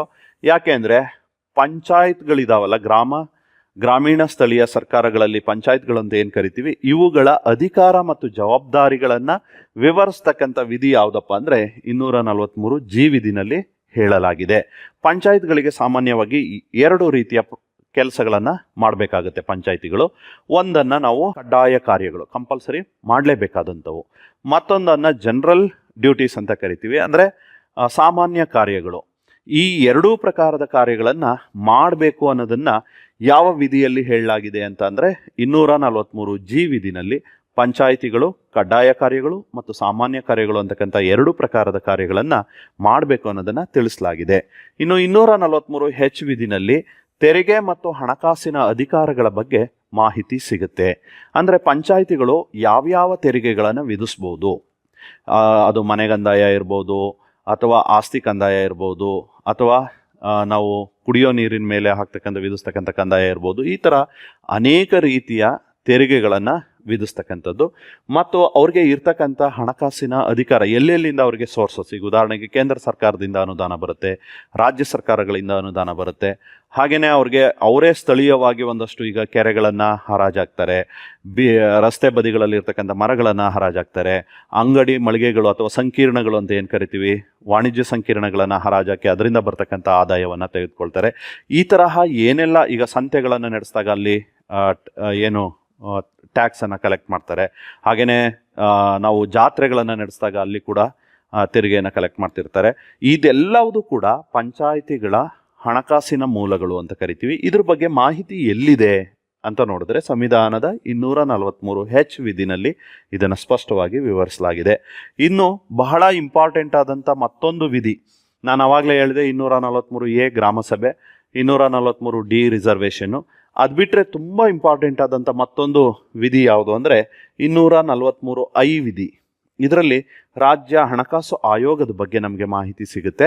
ಪ್ರತಿ 5 ವರ್ಷಗಳಿಗೊಮ್ಮೆ ಒಂದು ಹಣಕಾಸು ಆಯೋಗವನ್ನು ರಾಜ್ಯಪಾಲರು ರಾಜ್ಯ ಹಣಕಾಸು ಆಯೋಗವನ್ನು ನೇಮಿಸ್ತಾರೆ ಅಂತಕ್ಕಂಥ ಮಾಹಿತಿ 243 ಐ ವಿಧಿನಲ್ಲಿ ಹೇಳಲಾಗಿದೆ. ಇದು ಚೆನ್ನಾಗಿ ನಿಮಗೆ ಗೊತ್ತಿರಬೇಕು. ನೆಕ್ಸ್ಟ್ ಮುಂದುವರೆದು ನೋಡಿ, 243 ಜೆ ವಿಧಿನಲ್ಲಿ 243 ಜೆನಲ್ಲಿ ಲೆಕ್ಕಪತ್ರ ಮತ್ತು ಲೆಕ್ಕ ಪರಿಶೋಧನೆಯ ಬಗ್ಗೆ ನಮಗೆ ಮಾಹಿತಿಯನ್ನು ಒದಗಿಸುತ್ತೆ 243 ಜೆ ವಿಧಿ. ನೋಡಿ, ಪಂಚಾಯಿತಿಗಳಲ್ಲಿ ಯಾವುದೇ ಹಣವನ್ನು ಖರ್ಚು ಮಾಡಿದ್ರೂ ಅದಕ್ಕೆ ಲೆಕ್ಕಪತ್ರಗಳನ್ನು ಸರಿಯಾದ ರೀತಿಯಲ್ಲಿ ಬರೆದಿಡಬೇಕು. ಅದು ಯಾವುದೇ ಪಂಚಾಯಿತಿ ಇರ್ಬೋದು, ತಾಲೂಕ್ ಪಂಚಾಯಿತಿ ಇರಲಿ, ಗ್ರಾಮ ಪಂಚಾಯಿತಿ ಇರಲಿ, ಜಿಲ್ಲಾ ಪಂಚಾಯಿತಿ ಇರಲಿ. 3 ಪಂಚಾಯಿತಿಗಳಲ್ಲಿ ಯಾವುದೇ ಹಣವನ್ನು ಖರ್ಚು ಮಾಡಿದ್ರು ಅದಕ್ಕೆ ಲೆಕ್ಕಪತ್ರಗಳನ್ನು ಇಡಬೇಕು. ಆ ಲೆಕ್ಕಪತ್ರಗಳನ್ನು ಪರಿಶೀಲನೆ ಕೂಡ, ಆಡಿಟ್ ಕೂಡ ನಡೆಯುತ್ತೆ. ಅದಕ್ಕೆ ಸರಿಯಾದ ರೀತಿಯಲ್ಲಿ ಲೆಕ್ಕಗಳನ್ನು ಕೊಡಬೇಕಾಗುತ್ತೆ ಅಂತಕ್ಕಂಥ ಮಾಹಿತಿ 243 ಜೆ ವಿಧಿನಲ್ಲಿ ಸಿಗುತ್ತೆ. ಮತ್ತೊಂದು ಮುಖ್ಯವಾದ ವಿಧಿ ಅಂದರೆ 243 ಕೆ ವಿಧಿ. ಯಾಕೆಂದರೆ ಇಲ್ಲಿ ರಾಜ್ಯ ಚುನಾವಣಾ ಆಯೋಗವನ್ನು ಸ್ಥಾಪನೆ ಮಾಡೋದ್ರ ಬಗ್ಗೆ ನಮಗೆ ಮಾಹಿತಿ ಸಿಗುತ್ತೆ. ನೋಡಿ, 243 ಎ ಗ್ರಾಮಸಭೆ, 243 ಡಿ ಮೀಸಲಾತಿ, 243 ಐ ರಾಜ್ಯ ಹಣಕಾಸು ಆಯೋಗ, 243 ಕೆ ರಾಜ್ಯ ಚುನಾವಣಾ ಆಯೋಗ. ಇವು ಬಹಳ ಮುಖ್ಯವಾದಂಥ ವಿಧಿಗಳಾಗಿವೆ. ಇಲ್ಲಿ ರಾಜ್ಯ ಚುನಾವಣಾ ಆಯೋಗ ಪಂಚಾಯಿತಿಯ ಚುನಾವಣೆಗಳನ್ನು ನಡೆಸೋದಕ್ಕೋಸ್ಕರ ಅದನ್ನು ಸ್ಥಾಪನೆ ಮಾಡಲಾಗಿದೆ. ಇನ್ನು ನೆಕ್ಸ್ಟ್ ಇದೊಂದು ಸ್ವತಂತ್ರ ಚುನಾವಣಾ ಆಯೋಗ ಆಗಿರುತ್ತೆ. ಇನ್ನು 243 ಎಲ್ ಕೇಂದ್ರಾಡಳಿತ ಪ್ರದೇಶಗಳಿಗೆ ಇದು ಅನ್ವಯ ಆಗುತ್ತಾ ಇಲ್ವಾ ಅಂತಕ್ಕಂಥದ್ದು. ಯಾವುದು? 73ನೇ ಸಂವಿಧಾನ ತಿದ್ದುಪಡಿ ಕೇಂದ್ರಾಡಳಿತ ಪ್ರದೇಶಗಳು, ಯೂನಿಯನ್ ಟೆರಿಟರೀಸ್ ಅಂತ ಏನು ಕರಿತೀವಿ. ಈಗ ನಮ್ಮ ದೇಶದಲ್ಲಿ 8 ಯೂನಿಯನ್ ಟೆರಿಟರೀಸ್ ಇದೆ. ಈ ಎಲ್ಲ ಯೂನಿಯನ್ ಟೆರಿಟರೀಸ್ಗೆ 73ನೇ ಸಂವಿಧಾನ ತಿದ್ದುಪಡಿ ಅನ್ವಯ ಆಗುತ್ತಾ ಇಲ್ವಾ ಅಂತಕ್ಕಂಥ ಮಾಹಿತಿ 243 ವಿಧಿನಲ್ಲಿ ನಮಗೆ ಮಾಹಿತಿ ಸಿಗುತ್ತೆ. ಇನ್ನು ಮುಂದುವರೆದಂತೆ ನೋಡಿ, 243 ವಿಧಿ ಇದು 73ನೇ ಸಂವಿಧಾನ ತಿದ್ದುಪಡಿ ಭಾರತದ ಯಾವುದೆಲ್ಲ ಪ್ರದೇಶಗಳಿಗೆ ಅನ್ವಯ ಆಗಲ್ಲ ಅಂತಕ್ಕಂಥ ಮಾಹಿತಿ ಸಿಗುತ್ತೆ. ನೋಡಿ, ನಾಗಾಲ್ಯಾಂಡ್ ರಾಜ್ಯಕ್ಕೆ, ಮೇಘಾಲಯ ರಾಜ್ಯಕ್ಕೆ, ಮಿಜೋರಾಂ ರಾಜ್ಯಕ್ಕೆ ಮತ್ತು 6ನೇ ಅನುಸೂಚಿಯಲ್ಲಿ ಬರ್ತಕ್ಕಂಥ ATM ಸ್ಕ್ವೇರ್ ಸ್ಟೇಟ್ಸ್ ಏನಿದೆ, ಈ ಪ್ರದೇಶಗಳಿಗೆ ಇದು ಸ್ವಯಂಚಾಲಿತವಾಗಿ ಅನ್ವಯ ಆಗಲ್ಲ. ಅಂದರೆ ಇದನ್ನು ಬೇರೆ ರೀತಿಯಲ್ಲಿ ಸಂಸತ್ತಿನಲ್ಲಿ ಕಾನೂನುಗಳನ್ನು ಮಾಡೋದ್ರ ಮೂಲಕ ಇದನ್ನು ಇಂಪ್ಲಿಮೆಂಟ್ ಮಾಡ್ಬೋದೇ ಹೊರತು 73ನೇ ತಿದ್ದುಪಡಿಯಿಂದಾಗಿ ಸ್ವಯಂಚಾಲಿತವಾಗಿ ಇದು ಅನ್ವಯ ಆಗಲ್ಲ ಅಂತಕ್ಕಂಥದ್ದು. ಇನ್ನು ನೆಕ್ಸ್ಟ್ ಬಂದರೆ 243 ವಿಧಿ. ಇದು ಹಿಂದಿನ ಕಾನೂನುಗಳ ಮುಂದುವರಿಕೆ. ಅಂದರೆ 73ನೇ ತಿದ್ದುಪಡಿ ಜಾರಿಗೆ ಬಂದಿದ್ದು, ಆಗಲೇ ಡೇಟ್ ಹೇಳ್ತಾ ಇದ್ದೆ ನಿಮಗೆ, ಏಪ್ರಿಲ್ 24, 1993ರಲ್ಲಿ ಈ ಒಂದು ಕಾಯ್ದೆ ಜಾರಿಗೆ ಬಂತು ಅಂತ. ಅದಕ್ಕೆ ಮುಂಚೆ ಸ್ಥಳೀಯ ಸರ್ಕಾರಗಳಿಗಾಗಿ ಹಲವು ಕಾಯ್ದೆಗಳನ್ನು ಭಾರತ ಸರ್ಕಾರ ಮಾಡಿತ್ತು. ಆ ಎಲ್ಲ ಕಾಯ್ದೆಗಳು ಎಲ್ಲಿವರೆಗೆ ಅನ್ವಯ ಆಗ್ತಿದ್ವು ಅಂದರೆ ಹಿಂದಿನ ಕಾಯ್ದೆಗಳು, ಅಂದರೆ ಈ ಕಾಯ್ದೆ ಬರೋಕ್ಕೆ ಮುಂಚೆ ಇದ್ದಂಥ ಕಾಯ್ದೆಗಳು ಎಲ್ಲಿವರೆಗೆ ಅಂದರೆ ಏಪ್ರಿಲ್ 24, 1993ರವರೆಗೆ ಮಾತ್ರ ಅವುಗಳು ಜಾರಿಯಲ್ಲಿರ್ತವೆ ಅಂತಕ್ಕಂಥ ಮಾಹಿತಿ ನಮಗೆ 243 ವಿಧಿನಲ್ಲಿ ಸಿಗುತ್ತೆ. ಕೊನೆಯ ಒಂದು ವಿಧಿ ಅಂತ ಅಂದರೆ 243 ವಿಧಿ. ಇದು ನ್ಯಾಯಾಲಯಗಳ ಹಸ್ತಕ್ಷೇಪವನ್ನು ನಿಷೇಧ ಮಾಡ್ತಕ್ಕಂಥದ್ರ ಬಗ್ಗೆ ಹೇಳುತ್ತೆ. ಅಂದರೆ ಪಂಚಾಯತ್ ರಾಜ್ ಚುನಾವಣೆಗಳು ಏನು ನಡೀತಾ ಇರ್ತವೆ, ಗ್ರಾಮ ಪಂಚಾಯತಿಗೆ, ತಾಲೂಕ್ ಪಂಚಾಯತಿಗೆ, ಜಿಲ್ಲಾ ಪಂಚಾಯತಿಗೆ ಚುನಾವಣೆಗಳು ನಡೆಯುವಾಗ ಚುನಾವಣೆಯ ಪ್ರಕ್ರಿಯೆಯ ಮಧ್ಯದಲ್ಲಿ ನ್ಯಾಯಾಲಯ ಹಸ್ತಕ್ಷೇಪವನ್ನು, ಮಧ್ಯಪ್ರವೇಶವನ್ನು ಮಾಡಬಾರ್ದು ಅಂತ ಹೇಳಿ 243 ವಿಧಿ ತಿಳಿಸ್ಕೊಡುತ್ತೆ. ಅಂದರೆ ಚುನಾವಣೆ ಫಲಿತಾಂಶ ಬಂದ ನಂತರ, ಚುನಾವಣೆ ಸ್ಟಾರ್ಟ್ ಆದಾಗ್ಲಿಂದ ಮುಗಿಯೋವರೆಗೆ ನ್ಯಾಯಾಲಯ ಹಸ್ತಕ್ಷೇಪ ಮಾಡುವಂತಿಲ್ಲ. ಚುನಾವಣೆ ಮುಗಿದ ನಂತರ, ಆ ನಂತರ ಮಾತ್ರ ನ್ಯಾಯಾಲಯ ಮಧ್ಯಪ್ರವೇಶ ಮಾಡಿ ಆ ವಿಚಾರಗಳಿಗೆ, ವಿವಾದಗಳಿಗೆ ಪರಿಹಾರವನ್ನು ಒದಗಿಸ್ತಕ್ಕಂಥ ಕೆಲಸವನ್ನು ಮಾಡಬಹುದು ಅಂತಕ್ಕಂಥದ್ದು ಇದಿಷ್ಟು 73ನೇ ಸಂವಿಧಾನ ತಿದ್ದುಪಡಿಯಲ್ಲಿ ಇರ್ತಕ್ಕಂಥ ಅಂಶಗಳು. ಈಗ ನಿಮಗೆ 73ನೇ ಸಂವಿಧಾನ ತಿದ್ದುಪಡಿ ಕಾಯ್ದೆ ಸ್ಪಷ್ಟವಾಗಿ ಅರ್ಥ ಆಗಿದೆ ಅಂತ ಅಂದ್ಕೊಳ್ತೀನಿ. ನಿಮಗೆ 243ನೇ ವಿಧಿಯಿಂದ 243 ವಿಧಿಯವರೆಗೆ ಸುಮಾರು 16 ವಿಧಿಗಳನ್ನು ಸ್ಪಷ್ಟವಾಗಿ ಅರ್ಥ ಮಾಡಿಸ್ತಕ್ಕಂಥ ಪ್ರಯತ್ನವನ್ನು ನಾನು ಮಾಡಿದ್ದೇನೆ. ಈಗ 2ನೇ ಕಾಯ್ದೆ 74ನೇ ಸಂವಿಧಾನ ತಿದ್ದುಪಡಿ ಕಾಯ್ದೆ. ಇದು ಸಹ 1992ರಲ್ಲೇ ಅಸ್ತಿತ್ವಕ್ಕೆ ಬರುತ್ತೆ. ನಾವು ಅದನ್ನು ಪಂಚಾಯಿತಿಗಳು ಅನ್ನೋ ಹೆಸರಿನಲ್ಲಿ 11ನೇ ಅನುಸೂಚಿಗೆ ಸೇರಿಸ್ಕೊಂಡಿದ್ದೀವಿ. ಇದನ್ನು 74ನೇ ಸಂವಿಧಾನ ತಿದ್ದುಪಡಿಯನ್ನು ಮುನ್ಸಿಪಾಲಿಟಿಗಳು ಅನ್ನೋ ಹೆಸರಿನಲ್ಲಿ ಎಂಬ ಹೆಡಿಂಗಲ್ಲಿ ನಾವು 12ನೇ ಅನುಸೂಚಿಗೆ ಇದನ್ನು ಸೇರಿಸ್ಕೊಂಡಿದ್ದೀವಿ. ಈಗ 74ನೇ ಸಂವಿಧಾನ ತಿದ್ದುಪಡಿಗೆ ಸಂಬಂಧಿಸಿದಂಥ ಸಂವಿಧಾನಾತ್ಮಕ ಅಂಶಗಳನ್ನು ಗಮನಿಸಿದಾಗ 74ನೇ ಸಂವಿಧಾನ ತಿದ್ದುಪಡಿಯನ್ನು ಸಂವಿಧಾನದ 9A ಭಾಗದಲ್ಲಿ ಇದನ್ನು ಸೇರಿಸ್ಕೊಂಡಿದ್ದೀವಿ. ನೋಡಿ, ಪಂಚಾಯಿತಿಗಳನ್ನು 9ನೇ ಭಾಗದಲ್ಲಿ ಸೇರಿಸಿದ್ರೆ ಮುನ್ಸಿಪಾಲಿಟಿಗಳನ್ನು 9A ಭಾಗದಲ್ಲಿ ಸೇರಿಸಿದ್ದೀವಿ. ಈ ಮುನ್ಸಿಪಾಲಿಟಿಗಳನ್ನು ನಾವು ನಗರ ಸ್ಥಳೀಯ ಸರ್ಕಾರಗಳು ಅಂತಾನೂ ಕರಿತೀವಿ, ಅರ್ಬನ್ ಲೋಕಲ್ ಗವರ್ನಮೆಂಟ್ಸ್ ಅಂತ ಹೇಳಿ ಕರಿತೀವಿ. ಇವುಗಳು ನೋಡಿ ಸಂವಿಧಾನದ 243 ವಿಧಿಯಿಂದ, ಅಂದರೆ ಪಂಚಾಯಿತಿಗಳು ಎಂಡಾಗಿದ್ದು 243 ಅದರ ಮುಂದೆ ನೆಕ್ಸ್ಟ್ 243 ಇಂದ 243 ವರೆಗೆ ಒಟ್ಟು 18 ವಿಧಿಗಳಲ್ಲಿ ಈ ಒಂದು ಮುನ್ಸಿಪಾಲಿಟಿಗಳ ಮಾಹಿತಿಯನ್ನು ಒದಗಿಸಲಾಗಿದೆ. ನೋಡಿ, ಎಲ್ಲಿಂದ ಎಲ್ಲಿವರೆಗೆ 243 ಇಂದ 243 ವರೆಗೆ ಒಟ್ಟು 18 ವಿಧಿಗಳಲ್ಲಿ ಈ ಪಂಚಾಯತ್ ರಾಜ್ ಮುನ್ಸಿಪಾಲಿಟಿಗಳ ಮಾಹಿತಿಯನ್ನು ಅಲ್ಲಿ ಕೊಡಲಾಗಿದೆ. ಇದು ಯಾವಾಗ ಜಾರಿಗೆ ಬಂತು, ಮುನ್ಸಿಪಾಲಿಟಿಗಳ ಕಾಯ್ದೆ ಯಾವಾಗ ಜಾರಿಗೆ ಬಂತು, ಅಥವಾ 74ನೇ ಸಂವಿಧಾನ ತಿದ್ದುಪಡಿ ಯಾವಾಗ ಜಾರಿಗೆ ಬಂತು ಅಂತ ನೋಡೋದಾದರೆ ಜೂನ್ 1, 1993ರಂದು ಇದು ಜಾರಿಗೆ ಬಂತು. ಪಂಚಾಯತ್ ರಾಜ್ ಕಾಯ್ದೆಗಳು ಏಪ್ರಿಲ್ 24, 1993ರಲ್ಲಿ ಜಾರಿಗೆ ಬಂದಿವೆ. ಮುನ್ಸಿಪಾಲಿಟಿ ಅಥವಾ 74ನೇ ಸಂವಿಧಾನ ತಿದ್ದುಪಡಿ ಜೂನ್ 1, 1993ರಂದು ಜಾರಿಗೆ ಬಂದಿದೆ. ನೆಕ್ಸ್ಟ್ ನೋಡಿ, ಇದರಲ್ಲಿ ಇರ್ತಕ್ಕಂಥ ವಿಧಿಗಳು, ಇದರಲ್ಲಿ 18 ವಿಧಿಗಳಿದ್ದಾವೆ ಅಂತ ಹೇಳಿದೆ. ಈಗ 18 ವಿಧಿಗಳನ್ನು ಸ್ವಲ್ಪ ಹಾಗೆಯೇ ನಾವು ಸಂಕ್ಷಿಪ್ತವಾಗಿ ತಿಳ್ಕೊಳ್ತಕ್ಕಂಥ ಪ್ರಯತ್ನವನ್ನು ಮಾಡೋಣ. ಮೊದಲನೇದಾಗಿ 243 ಪಿ ವಿಧಿ. ಹೇಗೆ 243ನೇ ವಿಧಿನಲ್ಲಿ ಪಂಚಾಯತ್ಗಳ ಡೆಫಿನಿಷನ್ಸ್ ಇದೆಯೋ ಹಾಗೆಯೇ ಇಲ್ಲಿ ನಾವು ಮುನ್ಸಿಪಾಲಿಟಿಗಳ ಡೆಫಿನಿಷನ್ಸನ್ನು ಕಾಣ್ಬೋದು 243 ಪಿ ವಿಧಿನಲ್ಲಿ. ಪುರಸಭೆ ಅಂದ್ರೇನು, ಮಹಾನಗರ ಪಾಲಿಕೆ ಅಂದ್ರೇನು, ನಗರಸಭೆ ಅಂದ್ರೇನು, ಜಿಲ್ಲಾ ಯೋಜನಾ ಸಮಿತಿ ಅಂದ್ರೇನು, ಹೀಗೆ ಹಲವು ಪದಗಳ ವ್ಯಾಖ್ಯಾನಗಳನ್ನು ಇಲ್ಲಿ ವಿವರಿಸಲಾಗಿದೆ. ಇದು ನಿಮಗೆ ಸ್ಪಷ್ಟವಾಗಿ ಗೊತ್ತಿರಬೇಕು. 243 ಪಿ ನಲ್ಲಿ ಡೆಫಿನಿಷನ್ಸ್ ಇದೆ. ನೆಕ್ಸ್ಟು 243 ಕ್ಯೂ ವಿಧಿನಲ್ಲಿ ನಗರ ಸ್ಥಳೀಯ ಸಂಸ್ಥೆಗಳ ರಚನೆಯ ಬಗ್ಗೆ ಮಾಹಿತಿ ನಮಗೆ ಸಿಗುತ್ತೆ. ಅದು ಪಟ್ಟಣ ಪಂಚಾಯಿತಿ, ಪುರಸಭೆ ಅಥವಾ ನಗರಸಭೆ ಅಥವಾ ಮಹಾನಗರ ಪಾಲಿಕೆಗಳ ರಚನೆಯ ಬಗ್ಗೆ ನಮಗೆ ಮಾಹಿತಿ ಸಿಗುತ್ತೆ. ನೆಕ್ಸ್ಟ್ ನೋಡಿ 243 ಆರ್ ವಿಧಿನಲ್ಲಿ ಪುರಸಭೆಗಳ ರಚನೆಯ ಬಗ್ಗೆ ಮಾಹಿತಿ ಸಿಗುತ್ತೆ. ಪುರಸಭೆಗಳು ಅಂದರೆ ಈಗ ನಾವು 10,000ಕ್ಕಿಂತ ಹೆಚ್ಚು ಜನಸಂಖ್ಯೆ ಇರತಕ್ಕಂಥ ನಗರಗಳಲ್ಲಿ ಇವುಗಳನ್ನು ರಚನೆ ಮಾಡ್ತಾರೆ. ಆ ಸದಸ್ಯರ ಚುನಾವಣೆ ಹೇಗಾಗುತ್ತೆ, ನಾಮನಿರ್ದೇಶಿತ ಸದಸ್ಯರು ಮತ್ತು ಪ್ರತಿನಿಧಿತ್ವದ ಬಗ್ಗೆ ಮಾಹಿತಿಯನ್ನು ಇದು ತಿಳಿಸ್ಕೊಡುತ್ತೆ 243 ಆರ್ ವಿಧಿ. ನೆಕ್ಸ್ಟು 243 ಎಸ್ ನಿಮ್ಗೆಲ್ರಿಗೂ ಗೊತ್ತಿದೆ. 243 ಎ ನಲ್ಲಿ ಗ್ರಾಮ ಸಭೆ ಬಗ್ಗೆ ತಿಳ್ಕೊಳ್ತೀವಿ. 243 ಎಸ್ ನಲ್ಲಿ ವಾರ್ಡ್ ಸಮಿತಿಗಳ ಬಗ್ಗೆ ನಮಗೆ ಮಾಹಿತಿ ಸಿಗುತ್ತೆ. ವಾರ್ಡ್ ಸಮಿತಿಗಳು ಅಂತ ಹೇಳಿ 3 ಲಕ್ಷಕ್ಕಿಂತ ಹೆಚ್ಚು ಜನಸಂಖ್ಯೆ ಇರತಕ್ಕಂಥ ನಗರಗಳಲ್ಲಿ ವಾರ್ಡ್ ಸಮಿತಿಗಳನ್ನು ರಚಿಸಬಹುದು. ಇದು ನಿಮಗೆ ಎಲ್ಲಿ ಮಾಹಿತಿ ಇದೆ? 243 ಎಸ್ ವಿಧಿನಲ್ಲಿ 3 ಲಕ್ಷಕ್ಕಿಂತ ಹೆಚ್ಚು ಜನಸಂಖ್ಯೆ ಇರತಕ್ಕಂಥ ನಗರಗಳಲ್ಲಿ, ಈಗ ಉದಾಹರಣೆಗೆ ಬೆಂಗಳೂರು, ಮೈಸೂರು, ಮಂಗಳೂರು, ಹುಬ್ಳಿ, ಧಾರವಾಡ ಈ ತರಹದ ನಗರಗಳಲ್ಲಿ ವಾರ್ಡ್ ಸಮಿತಿಗಳನ್ನು ರಚಿಸೋದಕ್ಕೆ 243 ಎಸ್ ವಿಧಿನಲ್ಲಿ ಮಾಹಿತಿಯನ್ನು ನೀಡಲಾಗಿದೆ. ಹಾಗೆಯೇ 243 ಟಿ ವಿಧಿಯಲ್ಲಿ ರಿಸರ್ವೇಷನ್ ಬಗ್ಗೆ ನೋಡಿ. ಅಲ್ಲಿ 243 ಡಿ ನಲ್ಲಿ ಪಂಚಾಯಿತಿಗಳ ರಿಸರ್ವೇಷನ್ ಇದ್ರೆ 243 ಟಿ ವಿಧಿಯಲ್ಲಿ ಮುನ್ಸಿಪಾಲಿಟಿಗಳ ರಿಸರ್ವೇಷನ್ ಬಗ್ಗೆ ಮಾಹಿತಿ ಸಿಗುತ್ತೆ. ಮುನ್ಸಿಪಾಲಿಟಿಗಳಲ್ಲಿ ಯಾರ್ಯಾರಿಗೆ ರಿಸರ್ವೇಷನ್ ಕೊಟ್ಟಿದ್ದಾರೆ? ಪಂಚಾಯಿತಿಗಳಲ್ಲಿ ಕೊಟ್ಟಂತೆಯೇ ಇಲ್ಲೂ ಕೂಡ ಶೆಡ್ಯೂಲ್ ಕ್ಯಾಸ್ಟ್, ಶೆಡ್ಯೂಲ್ ಟ್ರೈಬ್ಸ್ ಮತ್ತು ಮಹಿಳೆಯರಿಗೆ 1/3 ಕನಿಷ್ಠ 1/3 ರಿಸರ್ವೇಷನ್ ಅನ್ನು ಕೊಡಬೇಕು ಅಂತಕ್ಕಂಥದ್ದು 243 ಟಿ ವಿಧಿನಲ್ಲಿ. ನಿಮಗೆ 2 ವಿಧಿಗಳು ಚೆನ್ನಾಗಿ ನೆನ್ಪಿಟ್ಬೇಕು. ರಿಸರ್ವೇಷನ್ ಅಂದ ತಕ್ಷಣ 243 ಡಿ, 243 ಟಿ.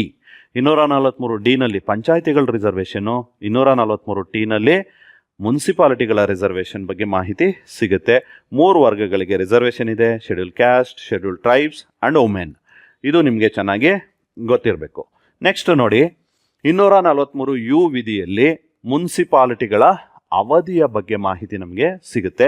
ಸಾಮಾನ್ಯವಾಗಿ ನಗರ ಸ್ಥಳೀಯ ಸರ್ಕಾರಗಳ ಅವಧಿಯೂ ಸಹ 5 ವರ್ಷವೇ ಆಗಿರುತ್ತದೆ. ಒಂದು ವೇಳೆ ನಗರ ಸ್ಥಳೀಯ ಸರ್ಕಾರಗಳು ವಿಸರ್ಜನೆಯಾದರೆ 6 ತಿಂಗಳ ಒಳಗಾಗಿ ಆ ನಗರ ಸ್ಥಳೀಯ ಸರ್ಕಾರಗಳಿಗೆ ಚುನಾವಣೆಗಳನ್ನು ನಡೆಸಬೇಕು ಅಂತಕ್ಕಂಥ ಮಾಹಿತಿ 243 ಯು ನಲ್ಲಿ ಇದೆ. 243 ವಿ ವಿಧಿ ಸದಸ್ಯರ ಅನರ್ಹತೆಯ ಬಗ್ಗೆ ಹೇಳುತ್ತೆ. Disqualification of members of the municipalities ಅಂತಕ್ಕಂಥ ಮಾಹಿತಿ 243 ವಿ ವಿಧಿನಲ್ಲಿ ನಮಗೆ ಸಿಗುತ್ತೆ. ಸದಸ್ಯರ ಅನರ್ಹತೆಗಳನ್ನು ಬೇರೆ ಬೇರೆ ಕಾರಣಗಳಿಗಾಗಿ ಮಾಡ್ಬೋದು. ಅವರು ವಿಪ್ಪನ್ನು ಪಾಲಿಸಲಿಲ್ಲ ಅನ್ನೋ ಕಾರಣಕ್ಕಾಗಿ ಮಾಡ್ಬೋದು, ಪಕ್ಷಾಂತರ ಮಾಡಿದ್ರು ಅನ್ನೋ ಕಾರಣಕ್ಕಾಗಿ ಮಾಡ್ಬೋದು, ಬೇರೆ ಬೇರೆ ಕಾರಣಗಳಿಗಾಗಿ ಸದಸ್ಯರ ಅನರ್ಹತೆಯನ್ನು ಮಾಡ್ತಾರೆ. ಅದು 243 ವಿ ವಿಧಿನಲ್ಲಿ ಸಿಗುತ್ತೆ. 243 ಡಬ್ಲ್ಯೂ ವಿಧಿನಲ್ಲಿ ಮುನ್ಸಿಪಾಲಿಟಿಗಳ ಅಧಿಕಾರಗಳೇನು ಮತ್ತು ಅವುಗಳ ಜವಾಬ್ದಾರಿಗಳೇನು. ಮುನ್ಸಿಪಾಲಿಟಿಗಳು ಸಹ ಕಡ್ಡಾಯ ಕಾರ್ಯಗಳು ಮತ್ತು ಸಾಮಾನ್ಯ ಕಾರ್ಯಗಳು ಅಂತಕ್ಕಂಥ 2 ರೀತಿ ಕಾರ್ಯಗಳನ್ನು ಮಾಡ್ತಾರೆ. ಮುನ್ಸಿಪಾಲಿಟಿಗಳು ಏನೇನೆಲ್ಲ ನೋಡಿ, ನಗರದ ಯೋಜನೆಯನ್ನು ತಯಾರಿಸ್ತಕ್ಕಂಥದ್ದು, ಟೌನ್ ಪ್ಲಾನಿಂಗ್ ಮಾಡೋವಂಥದ್ದು, ಮತ್ತು ಸಾರ್ವಜನಿಕ ಆರೋಗ್ಯವನ್ನು ನೋಡ್ಕೊಳ್ತಕ್ಕಂಥದ್ದು, ಕುಡಿಯೋ ನೀರಿನ ವ್ಯವಸ್ಥೆ ಮಾಡ್ತಕ್ಕಂಥದ್ದು, ರಸ್ತೆಗಳನ್ನು ಮಾಡ್ತಕ್ಕಂಥದ್ದು, ಸ್ವಚ್ಛತೆಯನ್ನು ನೋಡ್ಕೊಳ್ತಕ್ಕಂಥದ್ದು, ಇಂತಹ ಪ್ರಮುಖವಾದ ಕಾರ್ಯಗಳನ್ನು ನಗರ ಸ್ಥಳೀಯ ಸರ್ಕಾರಗಳಾದ ಮುನ್ಸಿಪಾಲಿಟಿಗಳು ಮಾಡಬೇಕು ಅಂತಕ್ಕಂಥ ಮಾಹಿತಿ 243 ಡಿ ವಿಧಿನಲ್ಲಿ ನಮಗೆ ಸಿಗುತ್ತೆ. ನೆಕ್ಸ್ಟ್ ನೋಡಿ 243 ಎಕ್ಸ್ ವಿಧಿನಲ್ಲಿ ತೆರಿಗೆ ಮತ್ತು ಹಣಕಾಸಿನ ಅಧಿಕಾರಗಳ ಬಗ್ಗೆ ಮಾಹಿತಿ ನಮಗೆ ಸಿಗುತ್ತೆ. ಅಂದರೆ ನಗರ ಸ್ಥಳೀಯ ಸರ್ಕಾರಗಳು ಯಾವ ಮೂಲಗಳಿಂದ ಆದಾಯವನ್ನು ಸಂಗ್ರಹಿಸ್ಬೋದು ಮತ್ತು ಅವರಿಗೆ ಹಣಕಾಸಿನ ಮೂಲಗಳು ಯಾವ್ಯಾವುದು. ಕೇಂದ್ರ ಸರ್ಕಾರ ಅನುದಾನ ಬಿಡುಗಡೆ ಮಾಡೋದಿರ್ಬೋದು, ರಾಜ್ಯ ಸರ್ಕಾರ ಅನುದಾನ ಬಿಡುಗಡೆ ಮಾಡೋದಿರ್ಬೋದು, ಅಥವಾ ಅವರೇ ಸಂಗ್ರಹಿಸುವ ತೆರಿಗೆಗಳಿರ್ಬೋದು. ಇದೆಲ್ಲವುದು ಅವರುಗಳ ಹಣಕಾಸಿನ ಮೂಲ ಆಗುತ್ತೆ. ನೆಕ್ಸ್ಟು ವೆರಿ ಇಂಪಾರ್ಟೆಂಟ್ ನೋಡಿ 243 ವೈ. ಪಂಚಾಯಿತಿಗಳ ವಿಷಯ ಬಂದಾಗ 243 ಐಯಲ್ಲಿ ಇದನ್ನು ತಿಳ್ಕೊಂಡಿದ್ವಿ. ಇಲ್ಲಿ ಮುನ್ಸಿಪಾಲಿಟಿಗಳು ಅಂತ ಬಂದಾಗ 243 ವೈನಲ್ಲಿ ಹೇಳ್ತಾ ಇದ್ವಿ ರಾಜ್ಯ ಹಣಕಾಸು ಆಯೋಗ. ಪ್ರತಿ 5 ವರ್ಷಕ್ಕೊಮ್ಮೆ ಹಣಕಾಸು ಆಯೋಗವನ್ನು ರಚನೆ ಮಾಡ್ತಾರೆ. ಐ ಮತ್ತು ವೈ ಅಂದರೆ ರಾಜ್ಯ ಹಣಕಾಸು ಆಯೋಗ. ಚೆನ್ನಾಗಿ ನೆನ್ಪಿಟ್ಕೊಳ್ಳಿ. ಪಂಚಾಯಿತಿಗಳು ಅಂತ ಬಂದಾಗ 243 ಮುನ್ಸಿಪಾಲಿಟಿಗಳು ಅಂತ ಬಂದಾಗ 243 ಹಾಗೆಯೇ 243 ವಿಧಿನಲ್ಲಿ ಲೆಕ್ಕಪತ್ರ ಮತ್ತು ಪರಿಶೋಧನೆ ಬಗ್ಗೆ ಮಾಹಿತಿ ನಮಗೆ ಸಿಗುತ್ತೆ. ಇದು ನಗರ ಸ್ಥಳೀಯ ಸರ್ಕಾರಗಳ ಲೆಕ್ಕಪತ್ರಗಳನ್ನು ಪರಿಶೀಲನೆ ಮಾಡ್ತಕ್ಕಂಥದ್ದು 243 ನಮಗೆ ಮಾಹಿತಿ ಸಿಗುತ್ತೆ. ಇನ್ನು ಮುಂದುವರಿದಂತೆ ZA ನೋಡಿ, ಜೆಡ್ ಆದಮೇಲೆ ZA ಅಂತ ಬರುತ್ತೆ. ಇದು ನಗರ ಸ್ಥಳೀಯ ಸರ್ಕಾರಗಳ ಚುನಾವಣೆಗಳ ಬಗ್ಗೆ ನಮಗೆ ಮಾಹಿತಿಯನ್ನು ಕೊಡುತ್ತೆ. ನಗರ ಸ್ಥಳೀಯ ಸರ್ಕಾರಗಳ ಚುನಾವಣೆಗಳನ್ನು ಯಾರು ನಡೆಸ್ತಾರೆ ಅಂತ ಪ್ರಶ್ನೆ ಬರ್ತಾ ಇರುತ್ತೆ. ರಾಜ್ಯ ಚುನಾವಣಾ ಆಯೋಗ ನಡೆಸುತ್ತೆ. ನೆಕ್ಸ್ಟು 243 ZB ಇದು ಕೇಂದ್ರಾಡಳಿತ ಪ್ರದೇಶಗಳಿಗೆ ಅನ್ವಯ ಆಗ್ತಕ್ಕಂಥ ಮಾಹಿತಿಯನ್ನು ಹೇಳುತ್ತೆ. ಯಾವ್ಯಾವ ಪ್ರದೇಶಗಳಿಗೆ ಇದು ಅನ್ವಯ ಆಗುತ್ತೆ ಅಂತಕ್ಕಂಥದ್ದು. ಇನ್ನು 243 ZCನಲ್ಲಿ ಕೆಲವು ಪ್ರದೇಶಗಳಿಗೆ ಇದು ಅನ್ವಯ ಆಗಲ್ಲ. 74ನೇ ಸಂವಿಧಾನ ತಿದ್ದುಪಡಿ ಇದು ಅನ್ವಯ ಆಗಲ್ಲ. ಎಲ್ಲೆಲ್ಲಿಗೆ ಅನ್ವಯ ಆಗಲ್ಲ? 5ನೇ ಮತ್ತು 6ನೇ ಅನುಸೂಚಿಯಲ್ಲಿ ಇರ್ತಕ್ಕಂಥ ಮಾಹಿತಿ, ಅಂದರೆ ಪ್ರದೇಶಗಳೇನಿದ್ದಾವೆ. 5ನೇ ಅನುಸೂಚಿನಲ್ಲಿ 5th ಶೆಡ್ಯೂಲಲ್ಲಿ ಏನು ಮಾಹಿತಿ ಇದೆ ನಿಮ್ಗೆಲ್ರಿಗೂ ಗೊತ್ತಿದೆ. ATM² ರಾಜ್ಯಗಳನ್ನು ಹೊರತುಪಡಿಸಿ ಉಳಿದ ರಾಜ್ಯಗಳಲ್ಲಿ ಇರ್ತಕ್ಕಂಥ ಶೆಡ್ಯೂಲ್ಡ್ ಏರಿಯಾ ಅಂತ ಏನು ಕರಿತೀವಿ, ಅನುಸೂಚಿತ ಪ್ರದೇಶಗಳು ಅಂತ ಏನು ಕರಿತೀವಿ, ಈ ಅನುಸೂಚಿತ ಪ್ರದೇಶಗಳ ಆಡಳಿತದ ಬಗ್ಗೆ ನಮಗೆ 5ನೇ ಅನುಸೂಚಿಯಲ್ಲಿ ಮಾಹಿತಿ ಸಿಗುತ್ತೆ. ಹಾಗೆಯೇ 6ನೇ ಅನುಸೂಚಿಯಲ್ಲಿ ಏನು ATM² ಸ್ಟೇಟ್ಸ್ ಇದೆ, ಈ ರಾಜ್ಯಗಳಲ್ಲಿ ಇರ್ತಕ್ಕಂಥ ಅನುಸೂಚಿತ ಪ್ರದೇಶಗಳ ಆಡಳಿತದ ಬಗ್ಗೆ ನಮಗೆ ಮಾಹಿತಿ ಸಿಗುತ್ತೆ. ಈ ಪ್ರದೇಶಗಳಿಗೆ ನಗರ ಸ್ಥಳೀಯ ಸರ್ಕಾರಗಳು ಅಂದರೆ 74ನೇ ಸಂವಿಧಾನ ತಿದ್ದುಪಡಿ ಅನ್ವಯವಾಗುವುದಿಲ್ಲ ಅಂತಕ್ಕಂಥ ಮಾಹಿತಿ 243 ZC ವಿಧಿಯಲ್ಲಿ ನಮಗೆ ಮಾಹಿತಿ ಸಿಗುತ್ತೆ. ಇದು ನಿಮಗೆ ಗೊತ್ತಿರಬೇಕು. ನೆಕ್ಸ್ಟು 243 ZD ನೋಡಿ, ಇದೊಂದು ವಿಶೇಷ. ಪಂಚಾಯಿತಿಗಳು ಅಂದಾಗ 16 ವಿಧಿಗಳು ಬರ್ತವೆ. ಮುನ್ಸಿಪಾಲಿಟಿಗಳು ಅಂತ ಬಂದಾಗ 18 ವಿಧಿಗಳು ಬರ್ತವೆ. 2 ವಿಧಿಗಳು ಎಕ್ಸ್ಟ್ರಾ ಆಗ್ತವೆ. ಯಾವ 2 ವಿಧಿಗಳು ಅಂದರೆ, ಒಂದು 243D ಬರ್ತಕ್ಕಂಥ ಅಂಶ, ಇದು ಪಂಚಾಯಿತಿಗಳಲ್ಲಿ ಕಂಡುಬರಲ್ಲ. ಜಿಲ್ಲಾ ಯೋಜನಾ ಸಮಿತಿ ಅಂತಕ್ಕಂಥ ಅಂಶ ಇಲ್ಲಿ ಬರುತ್ತೆ. ಇದು ಎಕ್ಸ್ಟ್ರಾ ಇಲ್ಲಿ ಮುನ್ಸಿಪಾಲಿಟಿಗಳಲ್ಲಿ. 243 ZD ಡಿಸ್ಟ್ರಿಕ್ಟ್ ಪ್ಲಾನಿಂಗ್ ಕಮಿಟಿ ಬಗ್ಗೆ ಹೇಳುತ್ತೆ. ನೋಡಿ, ಜಿಲ್ಲಾ ಮಟ್ಟದಲ್ಲಿ ಗ್ರಾಮ ಮತ್ತು ನಗರ ಯೋಜನೆಗಳನ್ನು ಸಮನ್ವಯಗೊಳಿಸೋದಕ್ಕೋಸ್ಕರ ಜಿಲ್ಲಾ ಯೋಜನಾ ಸಮಿತಿ ಅಂತಕ್ಕಂಥ ಒಂದು ಸಮಿತಿಯನ್ನು ರಚಿಸಬೇಕು ಅಂತಕ್ಕಂಥ ಮಾಹಿತಿ 243 ZD ಹೇಳಲಾಗಿದೆ. ಇದು ಎಕ್ಸ್ಟ್ರಾ, ಮುನ್ಸಿಪಾಲಿಟಿಗಳಲ್ಲಿ ಮಾತ್ರ ಬರುತ್ತೆ, ಪಂಚಾಯಿತಿಗಳಲ್ಲಿ ಬರಲ್ಲ. ಹಾಗೆಯೇ 243 ZE ಕೂಡ ಈ ತರಹದ ಒಂದು ಎಕ್ಸ್ಟ್ರಾ ಇನ್ನೊಂದು ವಿಧಿ 16 ಇದ್ದದ್ದು 18 ಆಗುತ್ತೆ ಅಂತ ಹೇಳಿದ್ನಲ್ಲ, ಮಹಾನಗರ ಯೋಜನಾ ಸಮಿತಿ ಅಂತಕ್ಕಂಥ ಮತ್ತೊಂದು ಸಮಿತಿಯನ್ನು ರಚಿಸೋದಕ್ಕೆ ಅವಕಾಶವನ್ನು ಮಾಡಿಕೊಡ್ಲಾಗಿದೆ. ಮೆಟ್ರೋಪಾಲಿಟನ್ ಪ್ಲಾನಿಂಗ್ ಕಮಿಟಿ ಅಂತಕ್ಕಂಥದ್ದು ಇರುತ್ತೆ. ಇವೆರಡು ಪಂಚಾಯಿತಿಗಳಲ್ಲಿ ಬರಲ್ಲ. ಯಾವ್ಯಾವುದು? ಜಿಲ್ಲಾ ಯೋಜನಾ ಸಮಿತಿನೂ ಬರಲ್ಲ, ಹಾಗೆಯೇ ಮಹಾನಗರ ಯೋಜನಾ ಸಮಿತಿ ಕೂಡ ಬರಲ್ಲ ಪಂಚಾಯಿತಿಗಳಲ್ಲಿ. ಇದು ಬರುವುದು ಕೇವಲ ಮುನ್ಸಿಪಾಲಿಟಿಗಳಲ್ಲಿ ಮಾತ್ರ. ನೋಡಿ, ಇದನ್ನು ನಾವು ಮೆಟ್ರೋಪಾಲಿಟನ್ ಪ್ಲಾನಿಂಗ್ ಕಮಿಟಿ 10 ಲಕ್ಷಕ್ಕಿಂತ ಹೆಚ್ಚು ಜನಸಂಖ್ಯೆ ಇರುವ ನಗರ ಪ್ರದೇಶಗಳಲ್ಲಿ ಮಹಾನಗರ ಯೋಜನಾ ಸಮಿತಿಯನ್ನು ರಚಿಸಬೇಕು ಅಂತಕ್ಕಂಥ ಅಂಶವನ್ನು 243 ZE ವಿಧಿ ನಮಗೆ ತಿಳಿಸ್ಕೊಡುತ್ತೆ. ನೆಕ್ಸ್ಟ್ ನೋಡಿ, 243 ZF ಇದು ನಮಗೆ ಹಿಂದಿನ ಕಾನೂನುಗಳ ಮುಂದುವರಿಕೆ. ನಾನಾಗಲೇ ಹೇಳ್ತಾ ಇದ್ದೆ, 74ನೇ ಸಂವಿಧಾನ ತಿದ್ದುಪಡಿ ಜಾರಿಗೆ ಬರೋಕ್ಕೆ ಮುಂಚೆ ಸ್ಥಳೀಯ ಸರ್ಕಾರಗಳನ್ನು ರಚಿಸೋದಕ್ಕೋಸ್ಕರ ಇದ್ದಂಥ ಕಾಯ್ದೆಗಳೇನಿದ್ವು, ಆ ಎಲ್ಲ ಕಾಯ್ದೆಗಳನ್ನು ಏನು ಜೂನ್ 1, 1993ರಿಂದ ಈ ಕಾಯ್ದೆ ಜಾರಿಗೆ ಬಂತು, ಅಲ್ಲಿವರೆಗೆ ಮಾತ್ರ ಹಿಂದಿನ ಕಾಯ್ದೆಗಳು ಅನ್ವಯ ಆಗ್ತವೆ, ನಂತರ ಆ ಕಾಯ್ದೆಗಳು ಅನ್ವಯ ಆಗಲ್ಲ ಅಂತಕ್ಕಂಥ ಮಾಹಿತಿ 243 ZF ನಮಗೆ ಸಿಗುತ್ತೆ. ಲಾಸ್ಟ್ ವಿಧಿ 243 ZG ಕೊನೆಯ ವಿಧಿ. ಇದು ನ್ಯಾಯಾಲಯಗಳ ಹಸ್ತಕ್ಷೇಪವನ್ನು ನಿಷೇಧಿಸೋದ್ರ ಬಗ್ಗೆ ಹೇಳುತ್ತೆ. ನಾನು ಆಗಲೇ ಪಂಚಾಯಿತಿಗಳಿಗೆ ಸಂಬಂಧಿಸಿದಂತೆ ಹೇಳಿದಂತೆ ಇದರಲ್ಲೂ ಸಹ ನಗರ ಸ್ಥಳೀಯ ಸರ್ಕಾರಗಳ ಚುನಾವಣೆಗಳು ನಡೆಯುತ್ತಿರುವ ಸಂದರ್ಭದಲ್ಲಿ, ಆ ಪ್ರೋಸೆಸ್ ಏನು ಎಲೆಕ್ಷನ್ ಪ್ರೋಸೆಸ್ ನಡೀತಾ ಇರುತ್ತೆ, ಆ ಸಂದರ್ಭದಲ್ಲಿ ಕೋರ್ಟು ಇಂಟರ್ಫಿಯರ್ ಆಗಬಾರ್ದು ಅಂತಕ್ಕಂಥ ಅಂಶವನ್ನು 243 ZG ವಿಧಿ ನಮಗೆ ತಿಳಿಸ್ಕೊಡುತ್ತೆ. ಯಾವಾಗ ಕೋರ್ಟ್ ಹಾಗಾದರೆ ಇಂಟರ್ಫಿಯರ್ ಆಗ್ಬೋದು ಅಂದರೆ, ಚುನಾವಣೆಗಳ ಮುಕ್ತಾಯವಾಗಿ ಫಲಿತಾಂಶ ಪ್ರಕಟ ಆದ ಮೇಲೆ ಕೋರ್ಟ್ ಇಂಟರ್ಫಿಯರ್ ಆಗಿ ಅವುಗಳನ್ನು ಯಾರಾದರೂ ಅರ್ಜಿಗಳನ್ನು ಸಲ್ಲಿಸಿದ್ರೆ ಅವ್ರ ಪರವಾಗಿ ತೀರ್ಪುಗಳನ್ನು ಕೊಡೋದ್ರ ಮೂಲಕ ಮಧ್ಯಪ್ರವೇಶವನ್ನು ಮಾಡ್ಬೋದು ಅಂತಕ್ಕಂಥ ಮಾಹಿತಿ ನಿಮಗೆ ಸಿಗುತ್ತೆ. ಇದುವರೆಗೆ ವಿದ್ಯಾರ್ಥಿಗಳ ನಿಮಗೆ ಪಂಚಾಯತ್ ರಾಜ್ ಕಾಯ್ದೆಗಳ ಬಗ್ಗೆ, ಅದರಲ್ಲೂ ವಿಶೇಷವಾಗಿ ಸಂವಿಧಾನದ 73 ಮತ್ತು 74ನೇ ಸಂವಿಧಾನ ತಿದ್ದುಪಡಿಗಳ ಬಗ್ಗೆ ಸ್ಪಷ್ಟವಾದಂಥ ವಿವರಣೆಯನ್ನು ನಾನು ನಿಮಗೆ ಕೊಟ್ಟಿದ್ದೇನೆ. ಇದು ನೀವು VAO ಎಕ್ಸಾಮ್ ಏನು ಬರೆಯೋಕ್ಕೆ ಹೋಗ್ತೀರಾ, KS ಪ್ರಿಲಿಮ್ಸ್ ಏನೇ ಬರೆಯೋಕ್ಕೆ ಹೋಗ್ತೀರಾ, ಎಲ್ಲ ಸ್ಪರ್ಧಾತ್ಮಕ ಪರೀಕ್ಷೆಗಳಲ್ಲಿ ಇದ್ರ ಬಗ್ಗೆ ಪ್ರಶ್ನೆಗಳನ್ನು ಆವಾಗವಾಗ ಕೇಳ್ತಾ ಇರ್ತಾರೆ. ಸರಿಯಾದ ರೀತಿಯಲ್ಲಿ ಇದನ್ನು ಕೇಳಿಸ್ಕೊಂಡು ನೋಟ್ ಮಾಡಿಕೊಂಡು ಪ್ರಾಕ್ಟೀಸ್ ಮಾಡ್ಕೊಳ್ಳಿ. ಹಾಗೆಯೇ ನಮ್ಮ ಸ್ಪರ್ಧಾ GK ಪುಸ್ತಕ ಕೊಂಡ್ಕೊಳ್ಳೋದನ್ನು ಮರಿಬೇಡಿ ಅಂತ ಹೇಳ್ತಾ, ಇದುವರೆಗೆ ನಾವು ಸಂವಿಧಾನದ 73 ಮತ್ತು 74ನೇ ತಿದ್ದುಪಡಿಗೆ ಸಂಬಂಧಿಸಿದಂಥ ಕೆಲವೊಂದಷ್ಟು ವಿಚಾರಗಳನ್ನು ಡಿಸ್ಕಸ್ ಮಾಡಿದ್ವಿ. ಅದಕ್ಕೆ ರಿಲೇಟೆಡ್ ಆಗಿ ಒಂದಷ್ಟು ಪ್ರಶ್ನೆಗಳನ್ನು ಹಾಕ್ಕೊಂಡು ಬಂದಿದ್ದೇನೆ. ಮಲ್ಟಿಪಲ್ ಚಾಯ್ಸ್ ಕ್ವಶನ್ಸ್ ಇದೆ, ಯಾವ ಥರ ಪ್ರಶ್ನೆಗಳು ಬರುತ್ತೆ ಅಂತ. ಆ ಪ್ರಶ್ನೆಗಳನ್ನು ಕುರಿತು ನೋಡೋದಾದರೆ, ಮೊದಲನೇ ಪ್ರಶ್ನೆ ನೋಡಿ, ಭಾರತದಲ್ಲಿ ಪಂಚಾಯತ್ ರಾಜ್ ಸಂಸ್ಥೆಗಳಿಗೆ ಸಂವಿಧಾನಾತ್ಮಕ ಸ್ಥಾನಮಾನ ನೀಡಿದ ತಿದ್ದುಪಡಿ ಯಾವುದು ಅಂತ ಪ್ರಶ್ನೆ ಇದೆ. ಆಪ್ಷನ್ಸ್ ಬಂದು 42ನೇ ತಿದ್ದುಪಡಿ, 44ನೇ ತಿದ್ದುಪಡಿ, 73ನೇ ತಿದ್ದುಪಡಿ, 74ನೇ ತಿದ್ದುಪಡಿ. ನಿಮ್ಮೆಲ್ರಿಗೂ ಗೊತ್ತಿದೆ, ಆನ್ಸರ್ ಗೆಸ್ ಮಾಡಿರ್ತೀರ ಅಂತ ಅಂದ್ಕೊಳ್ತೀನಿ. 73ನೇ ತಿದ್ದುಪಡಿ ಮೂಲಕ ಪಂಚಾಯತ್ ರಾಜ್ ಸಂಸ್ಥೆಗಳಿಗೆ ಸಂವಿಧಾನಾತ್ಮಕ ಸ್ಥಾನಮಾನ ನೀಡಿರೋದನ್ನು ಕಾಣಬಹುದು. ನೆಕ್ಸ್ಟ್ ಮುಂದಿನ ಪ್ರಶ್ನೆ ನೋಡಿ, 73ನೇ ಸಂವಿಧಾನ ತಿದ್ದುಪಡಿ ಯಾವ ವರ್ಷ ಜಾರಿಗೆ ಬಂತು ಅಂತ ಹೇಳಿ ಒಂದು ಪ್ರಶ್ನೆ ಇದೆ. ಯಾವ ವರ್ಷ ಜಾರಿಗೆ ಬಂತು? 1991, 1992, 1993, 1994. 4 ಆಪ್ಷನ್ಸ್ ಇದೆ. ಭಾಳ ಸಿಂಪಲ್ ಪ್ರಶ್ನೆ. 1993ನಲ್ಲಿ ಈ ಒಂದು ಕಾಯ್ದೆ ಜಾರಿಗೆ ಬಂದಿದೆ. ನೆಕ್ಸ್ಟು 73ನೇ ಸಂವಿಧಾನ ತಿದ್ದುಪಡಿಯ ಮೂಲಕ ಸಂವಿಧಾನಕ್ಕೆ ಯಾವ ಭಾಗವನ್ನು ಸೇರಿಸಲಾಯಿತು? ಭಾಗ 8, ಭಾಗ 9, ಭಾಗ 9A, ಭಾಗ 10 ಅಂತ ಹೇಳಿ ಆ ಆಪ್ಷನ್ಸನ್ನು ಕೊಟ್ಟಿದ್ದಾರೆ. ಆನ್ಸರ್ ಬಂದು ನಿಮ್ಗೆಲ್ರಿಗೂ ಗೊತ್ತಿದೆ ಅಂತ ನಾನು ಅಂದ್ಕೊಳ್ತೀನಿ. ಭಾಳ ಸಿಂಪಲ್ ಪ್ರಶ್ನೆ. ಭಾಗ 9ರಲ್ಲಿ 73ನೇ ಸಂವಿಧಾನ ತಿದ್ದುಪಡಿಯನ್ನು ಸೇರಿಸಲಾಯಿತು.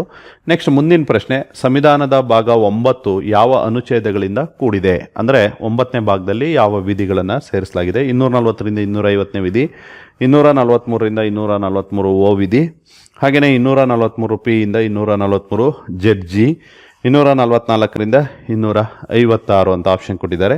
ಸರಿಯಾದಂಥ ಉತ್ತರ 243ರಿಂದ 243 ವಿಧಿವರೆಗೆ ಅಂತಕ್ಕಂಥದ್ದು. 5ನೇ ಪ್ರಶ್ನೆ, ಪಂಚಾಯತ್ಗಳಿಗೆ ಸಂಬಂಧಿಸಿದ ವಿಷಯಗಳನ್ನು ಒಳಗೊಂಡಿರುವ ಸಂವಿಧಾನದ ಅನುಸೂಚಿ ಯಾವುದು ಅಂತ. 9ನೇ ಅನುಸೂಚಿ, 10ನೇ ಅನುಸೂಚಿ, 11ನೇ ಅನುಸೂಚಿ, 12ನೇ ಅನುಸೂಚಿ ಆಪ್ಷನ್ ಕೊಟ್ಟಿದ್ದಾರೆ.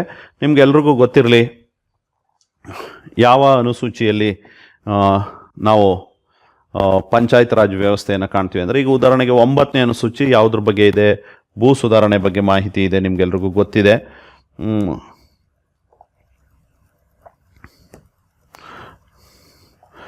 ಭೂ ಸುಧಾರಣೆ ಬಗ್ಗೆ ತಿಳಿಸುತ್ತೆ. 9ನೇ ಅನುಸೂಚಿ ಭೂ ಸುಧಾರಣೆಗಳ ಬಗ್ಗೆ ತಿಳಿಸುತ್ತೆ. 10ನೇ ಅನುಸೂಚಿ ನಿಮ್ಗೆಲ್ರಿಗೂ ಗೊತ್ತಿದೆ, ಪಕ್ಷಾಂತರದ ಬಗ್ಗೆ ತಿಳಿಸುತ್ತೆ. 11ನೇ ಅನುಸೂಚಿ ಪಂಚಾಯಿತಿಗಳ ಬಗ್ಗೆ ತಿಳಿಸುತ್ತೆ. 12ನೇ ಅನುಸೂಚಿ ಮುನ್ಸಿಪಾಲಿಟಿಗಳ ಬಗ್ಗೆ ನಮಗೆ ಮಾಹಿತಿಯನ್ನು ಕೊಡುತ್ತೆ ಅಂತಕ್ಕಂಥದ್ದು. ನೋಡಿ, 11ನೇ ಅನುಸೂಚಿ ಸರಿಯಾದಂಥ ಉತ್ತರ.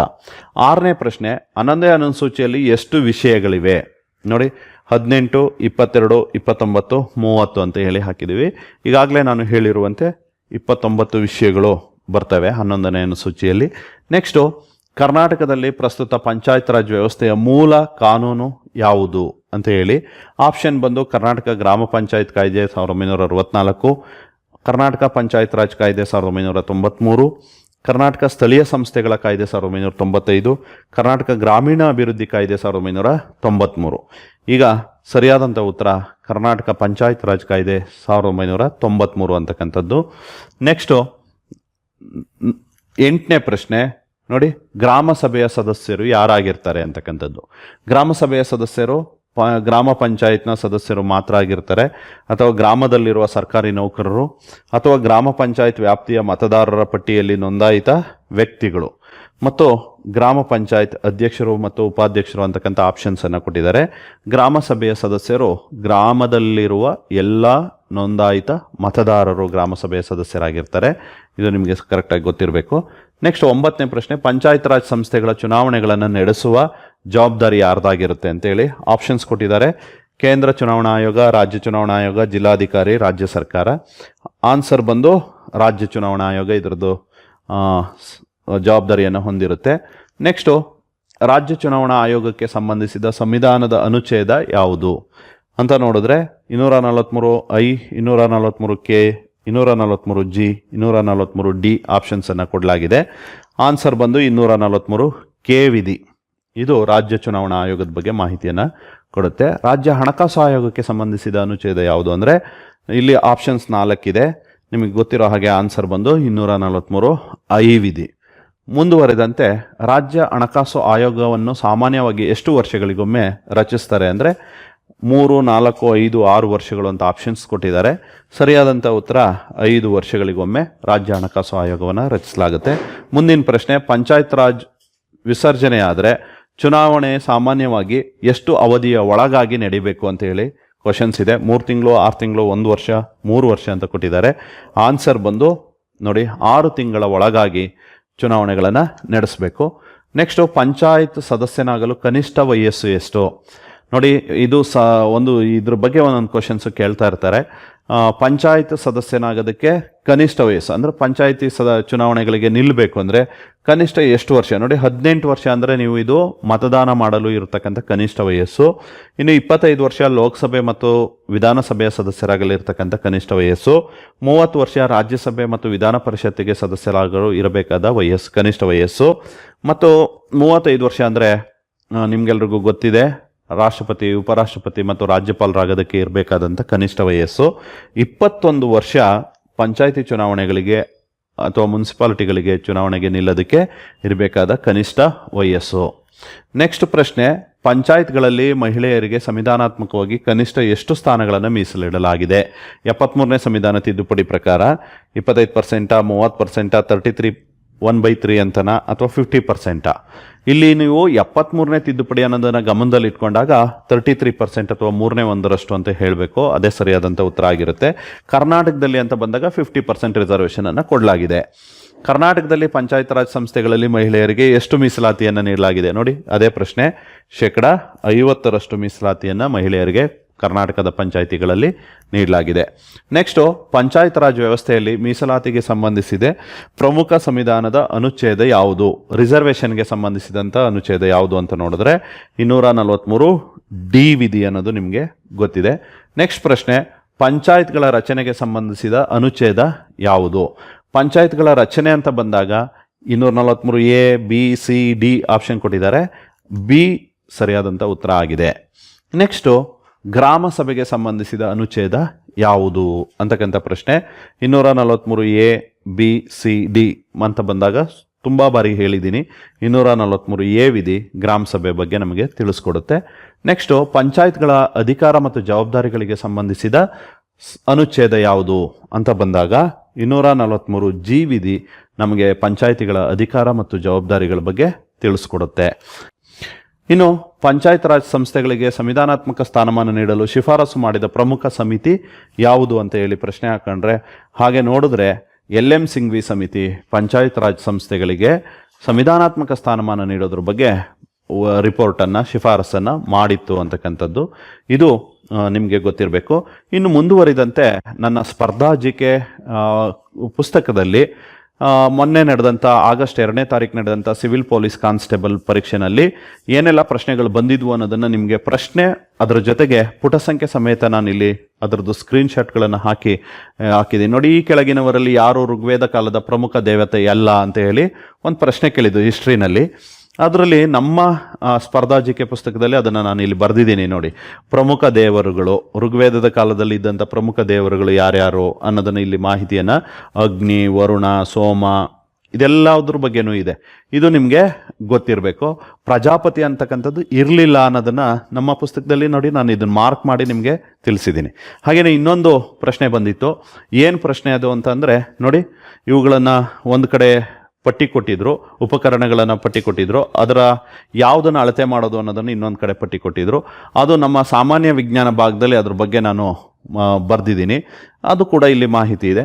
ಹಾಗೆಯೇ ಮುಂದುವರೆದಂತೆ ನೋಡಿ, ಇನ್ನೊಂದು ಪ್ರಶ್ನೆ ಬಂದಿತ್ತು. ಭಾರತ ಸಂವಿಧಾನದ 163ನೇ ವಿಧಿ ಅನ್ವಯ ಸಚಿವ ಸಂಪುಟದ ನೆರವು ಮತ್ತು ಸಲಹೆ ನೀಡುವುದು ಯಾರು ನೀಡ್ತಾರೆ, ಯಾರಿಗೆ ನೀಡುತ್ತೆ ಸಚಿವ ಸಂಪುಟ ನೆರವನ್ನು ಅನ್ನೋದನ್ನು ಒಂದು ಪ್ರಶ್ನೆಯನ್ನು ಕೇಳಿದರು ಸಿವಿಲ್ ಪೊಲೀಸ್ ಕಾನ್ಸ್ಟೇಬಲಲ್ಲಿ. ಅದಕ್ಕೆ ನೋಡಿ ಇಲ್ಲಿ ನಾನು ಬರೆದಿದ್ದೀನಿ, ಸ್ಪಷ್ಟವಾಗಿ ವಿಧಿ ಸಂಖ್ಯೆನೂ ಹಾಕ್ಬಿಟ್ಟು ಬರೆದಿದ್ದೀನಿ. 163ನೇ ವಿಧಿಯ ಪ್ರಕಾರ ರಾಜ್ಯಪಾಲರಿಗೆ, ನೋಡಿ ರಾಜ್ಯಪಾಲರ ಆಪ್ಷನ್ಸ್ ಇಲ್ಲಿ ಕೊಟ್ಟಿದ್ದಾರೆ, ರಾಜ್ಯಪಾಲರಿಗೆ ಸಹಾಯ ಮತ್ತು ಸಲಹೆ ನೀಡಲು ಮುಖ್ಯಮಂತ್ರಿ ಮತ್ತು ಆತನ ನೇತೃತ್ವದ ಮಂತ್ರಿಮಂಡಲ ಇರಬೇಕು. ನೋಡಿ ಸ್ಪಷ್ಟವಾಗಿದೆ. ನೀವು ಪುಸ್ತಕ ಓದಿದ್ರೆ, ಸ್ಪರ್ಧಾ ಜಿಕೆ ಪುಸ್ತಕ ತೊಗೊಂಡು ಓದಿದ್ರೆ ಇದೆಲ್ಲ ಉಪಯೋಗಕ್ಕೆ ಬರುತ್ತೆ ಅಂತಕ್ಕಂಥ ಮಾಹಿತಿ. ಹಾಗೆಯೇ ನೋಡಿ, ಇನ್ನೊಂದು ಪ್ರಶ್ನೆ ಕೇಳಿದರು. ಏನದು ಅಂದರೆ, ಒಂದು ಕಡೆ ಪಟ್ಟಿ ಕೊಟ್ಟಿದ್ರು ಯಾವ್ಯಾವ ಅಂಶಗಳಿರುತ್ತೆ, ಇನ್ನೊಂದು ಕಡೆ ವಿಧಿಗಳ ಸಂಖ್ಯೆ ಕೊಟ್ಟಿದ್ರು. 29ನೇ ವಿಧಿ ಏನು ಹೇಳುತ್ತೆ, 21ನೇ ವಿಧಿ ಏನು ಹೇಳುತ್ತೆ, 23ನೇ ವಿಧಿ, 16ನೇ ವಿಧಿ, ಇದನ್ನೆಲ್ಲ ಕೊಟ್ಟಿದ್ರು. ನಾನು ಅದಕ್ಕೆ ರಿಲೇಟೆಡ್ ಆಗಿ ಮಾಹಿತಿಯನ್ನು ಇಲ್ಲಿ ಹಾಕಿದ್ದೀನಿ. ನೋಡಿ, 29ನೇ ವಿಧಿ ಏನು ಹೇಳುತ್ತೆ, 30ನೇ ವಿಧಿ ಏನು ಹೇಳುತ್ತೆ, ಎಲ್ಲ ವಿಧಿಗಳು ಇಲ್ಲಿ ಮೂಲಭೂತ ಹಕ್ಕುಗಳು ಅಂತಕ್ಕಂಥ ಪಟ್ಟಿದ್ದು ರಿಲೇಟೆಡ್ ಆಗಿ ಪ್ರಶ್ನೆಯನ್ನು ಕೇಳಿದ್ದಾರೆ. ಹಾಗೆಯೇ ಇಲ್ಲಿ ಇನ್ನೊಂದು ಪ್ರಶ್ನೆ ಇದೆ, ಸಂಸದೀಯ ಸರ್ಕಾರ ಪದ್ಧತಿಯಲ್ಲಿ ಕಾರ್ಯಾಂಗವು ಯಾವುದಕ್ಕೆ ನೇರವಾಗಿ ಉತ್ತರದಾಯಿಯಾಗಿರುತ್ತದೆ? ಪೊಲೀಸಲ್ಲಿ ಕೇಳಿರೋ ಪ್ರಶ್ನೆ. ಆಪ್ಷನ್ಸ್ ನೋಡಿ ಇಲ್ಲಿದೆ, ನಾನು ಇಲ್ಲಿ ಬರ್ದೀನಿ. ಕಾರ್ಯಾಂಗವು ಸಾಮೂಹಿಕವಾಗಿ ಶಾಸಕಾಂಗಕ್ಕೆ ಜವಾಬ್ದಾರಿ. ಕಾರ್ಯಾಂಗ ಸಾಮೂಹಿಕವಾಗಿ ಯಾವುದಕ್ಕೆ ಜವಾಬ್ದಾರಿ? ಶಾಸಕಾಂಗಕ್ಕೆ ಜವಾಬ್ದಾರಿ. ಆಪ್ಷನ್ಸಲ್ಲಿದೆ ಇದು. ಈ ಥರ ಸುಮಾರು ಪ್ರಶ್ನೆಗಳು ನೋಡಿ. ಇವೆಲ್ಲ ಪ್ರಶ್ನೆಗಳು 7ನೇ ಅನುಸೂಚಿನಲ್ಲಿ ಏನಿದೆ ನೋಡಿ, 7ನೇ ಅನುಸೂಚಿನಲ್ಲಿ ಏನಿದೆ ಅನ್ನೋದು ನಮ್ಮ ಸ್ಪರ್ಧಾ ಜಿಕೆ ಪುಸ್ತಕದಲ್ಲಿ ಬರೆದಿದ್ದೀವಿ, ಪುಟ ಸಂಖ್ಯೆ ಸಮೇತ. ಹಾಗೆಯೇ ರಾಜ್ಯಪಾಲರು ತಮ್ಮ ರಾಜೀನಾಮೆ ಪತ್ರವನ್ನು ಈ ಕೆಳಕಂಡವರಿಗೆ ನೀಡ್ತಾರೆ. ನೋಡಿ, ರಾಜ್ಯಪಾಲರು ರಾಷ್ಟ್ರಪತಿಗಳಿಗೆ ರಾಜೀನಾಮೆ ನೀಡ್ತಾರೆ. ಇಲ್ಲಿ ಬರೆದಿದ್ದೀನಿ, ಹೈಲೈಟ್ ಮಾಡಿದ್ದೀನಿ ಅದನ್ನು. ಹಾಗೆಯೇ ಭಾರತ ಸಂವಿಧಾನದ ಎಷ್ಟನೇ ಭಾಗ ತುರ್ತು ಪರಿಸ್ಥಿತಿಗೆ ಸಂಬಂಧಿಸಿದ ನಿಯಮಗಳನ್ನು ಒಳಗೊಂಡಿದೆ? ನೋಡಿ, ಇಲ್ಲಿ ತುರ್ತು ಪರಿಸ್ಥಿತಿಗಳು ಅಂತ ಹೆಡ್ಡಿಂಗ್ ಹಾಕಿ ಫಸ್ಟ್ ಲೈನಲ್ಲೇ ಅದನ್ನು ಬರೆದಿದ್ದೀನಿ. 18ನೇ ಭಾಗದಲ್ಲಿ ಈ ತುರ್ತು ಪರಿಸ್ಥಿತಿಗಳ ಮಾಹಿತಿ ಸಿಗುತ್ತೆ ಅಂತಕ್ಕಂಥದ್ದು. ಹಾಗೆಯೇ ಇನ್ನೊಂದು ಪ್ರಶ್ನೆ ನೋಡಿ, ಇಲ್ಲಿ ಹಿಸ್ಟ್ರಿಗೆ ರಿಲೇಟೆಡ್ ಆಗಿ ಪ್ರಶ್ನೆಯನ್ನು ಕೇಳಿದ್ದಾರೆ. ವಿಷ್ಣುವರ್ಧನನಿಗೆ ಸಂಬಂಧಿಸಿದಂತೆ ಹೇಳಿಕೆಗಳನ್ನು ಕೊಟ್ಟಿದ್ದಾರೆ. 4 ಹೇಳಿಕೆಗಳನ್ನು ಕೊಟ್ಟು ಅದರಲ್ಲಿ ಮೊದಲೇ ಒಂದು ಎ ಮತ್ತು ಬಿ ಮಾತ್ರ ಸರಿ, ಎ ಬಿ ಸಿ ಸರಿ, ಈ ಥರ ಕೊಟ್ಟಿದ್ದಾರೆ. ನಾನು ವಿಷ್ಣುವರ್ಧನನಿಗೆ ಸಂಬಂಧಪಟ್ಟ ಹಾಗೆ ಇಲ್ಲಿ ನೋಡಿ, ಇಲ್ಲಿ ಮಾರ್ಕ್ ಮಾಡಿದ್ದೀನಿ. ಇಲ್ಲಿ ಕೇಳಿರೋ ಎಲ್ಲ ಅಂಶಗಳನ್ನು ಇಲ್ಲಿ ವ್ಯಕ್ತಪಡಿಸಿದ್ದೀನಿ. ಹಾಗಾಗಿ ನಿಮಗೆ ಸ್ಪರ್ಧಾ ಜಿಕೆ ಪುಸ್ತಕ ಖಂಡಿತವಾಗಿ ನಿಮಗೆ ಉಪಯೋಗಕ್ಕೆ ಬರುತ್ತೆ. ಅದನ್ನು ತಗೊಂಡು ಓದಿ ಅಂತ ಹೇಳ್ತಾ, ನಿಮಗೆ ಖಂಡಿತ ಸ್ಪರ್ಧಾತ್ಮಕ ಪರೀಕ್ಷೆಗಳಲ್ಲಿ ಸಕ್ಸಸ್ ಬೇಕು ಅಂದರೆ ಸ್ಪರ್ಧಾ ಜಿಕೆ ಮತ್ತು ಸ್ಪರ್ಧಾಯಿಗ ಯೂಟ್ಯೂಬ್ ಚಾನಲನ್ನು ಫಾಲೋ ಮಾಡಿ ಅಂತ ಹೇಳ್ತಾ ನಮಸ್ಕಾರ, ಧನ್ಯವಾದಗಳು.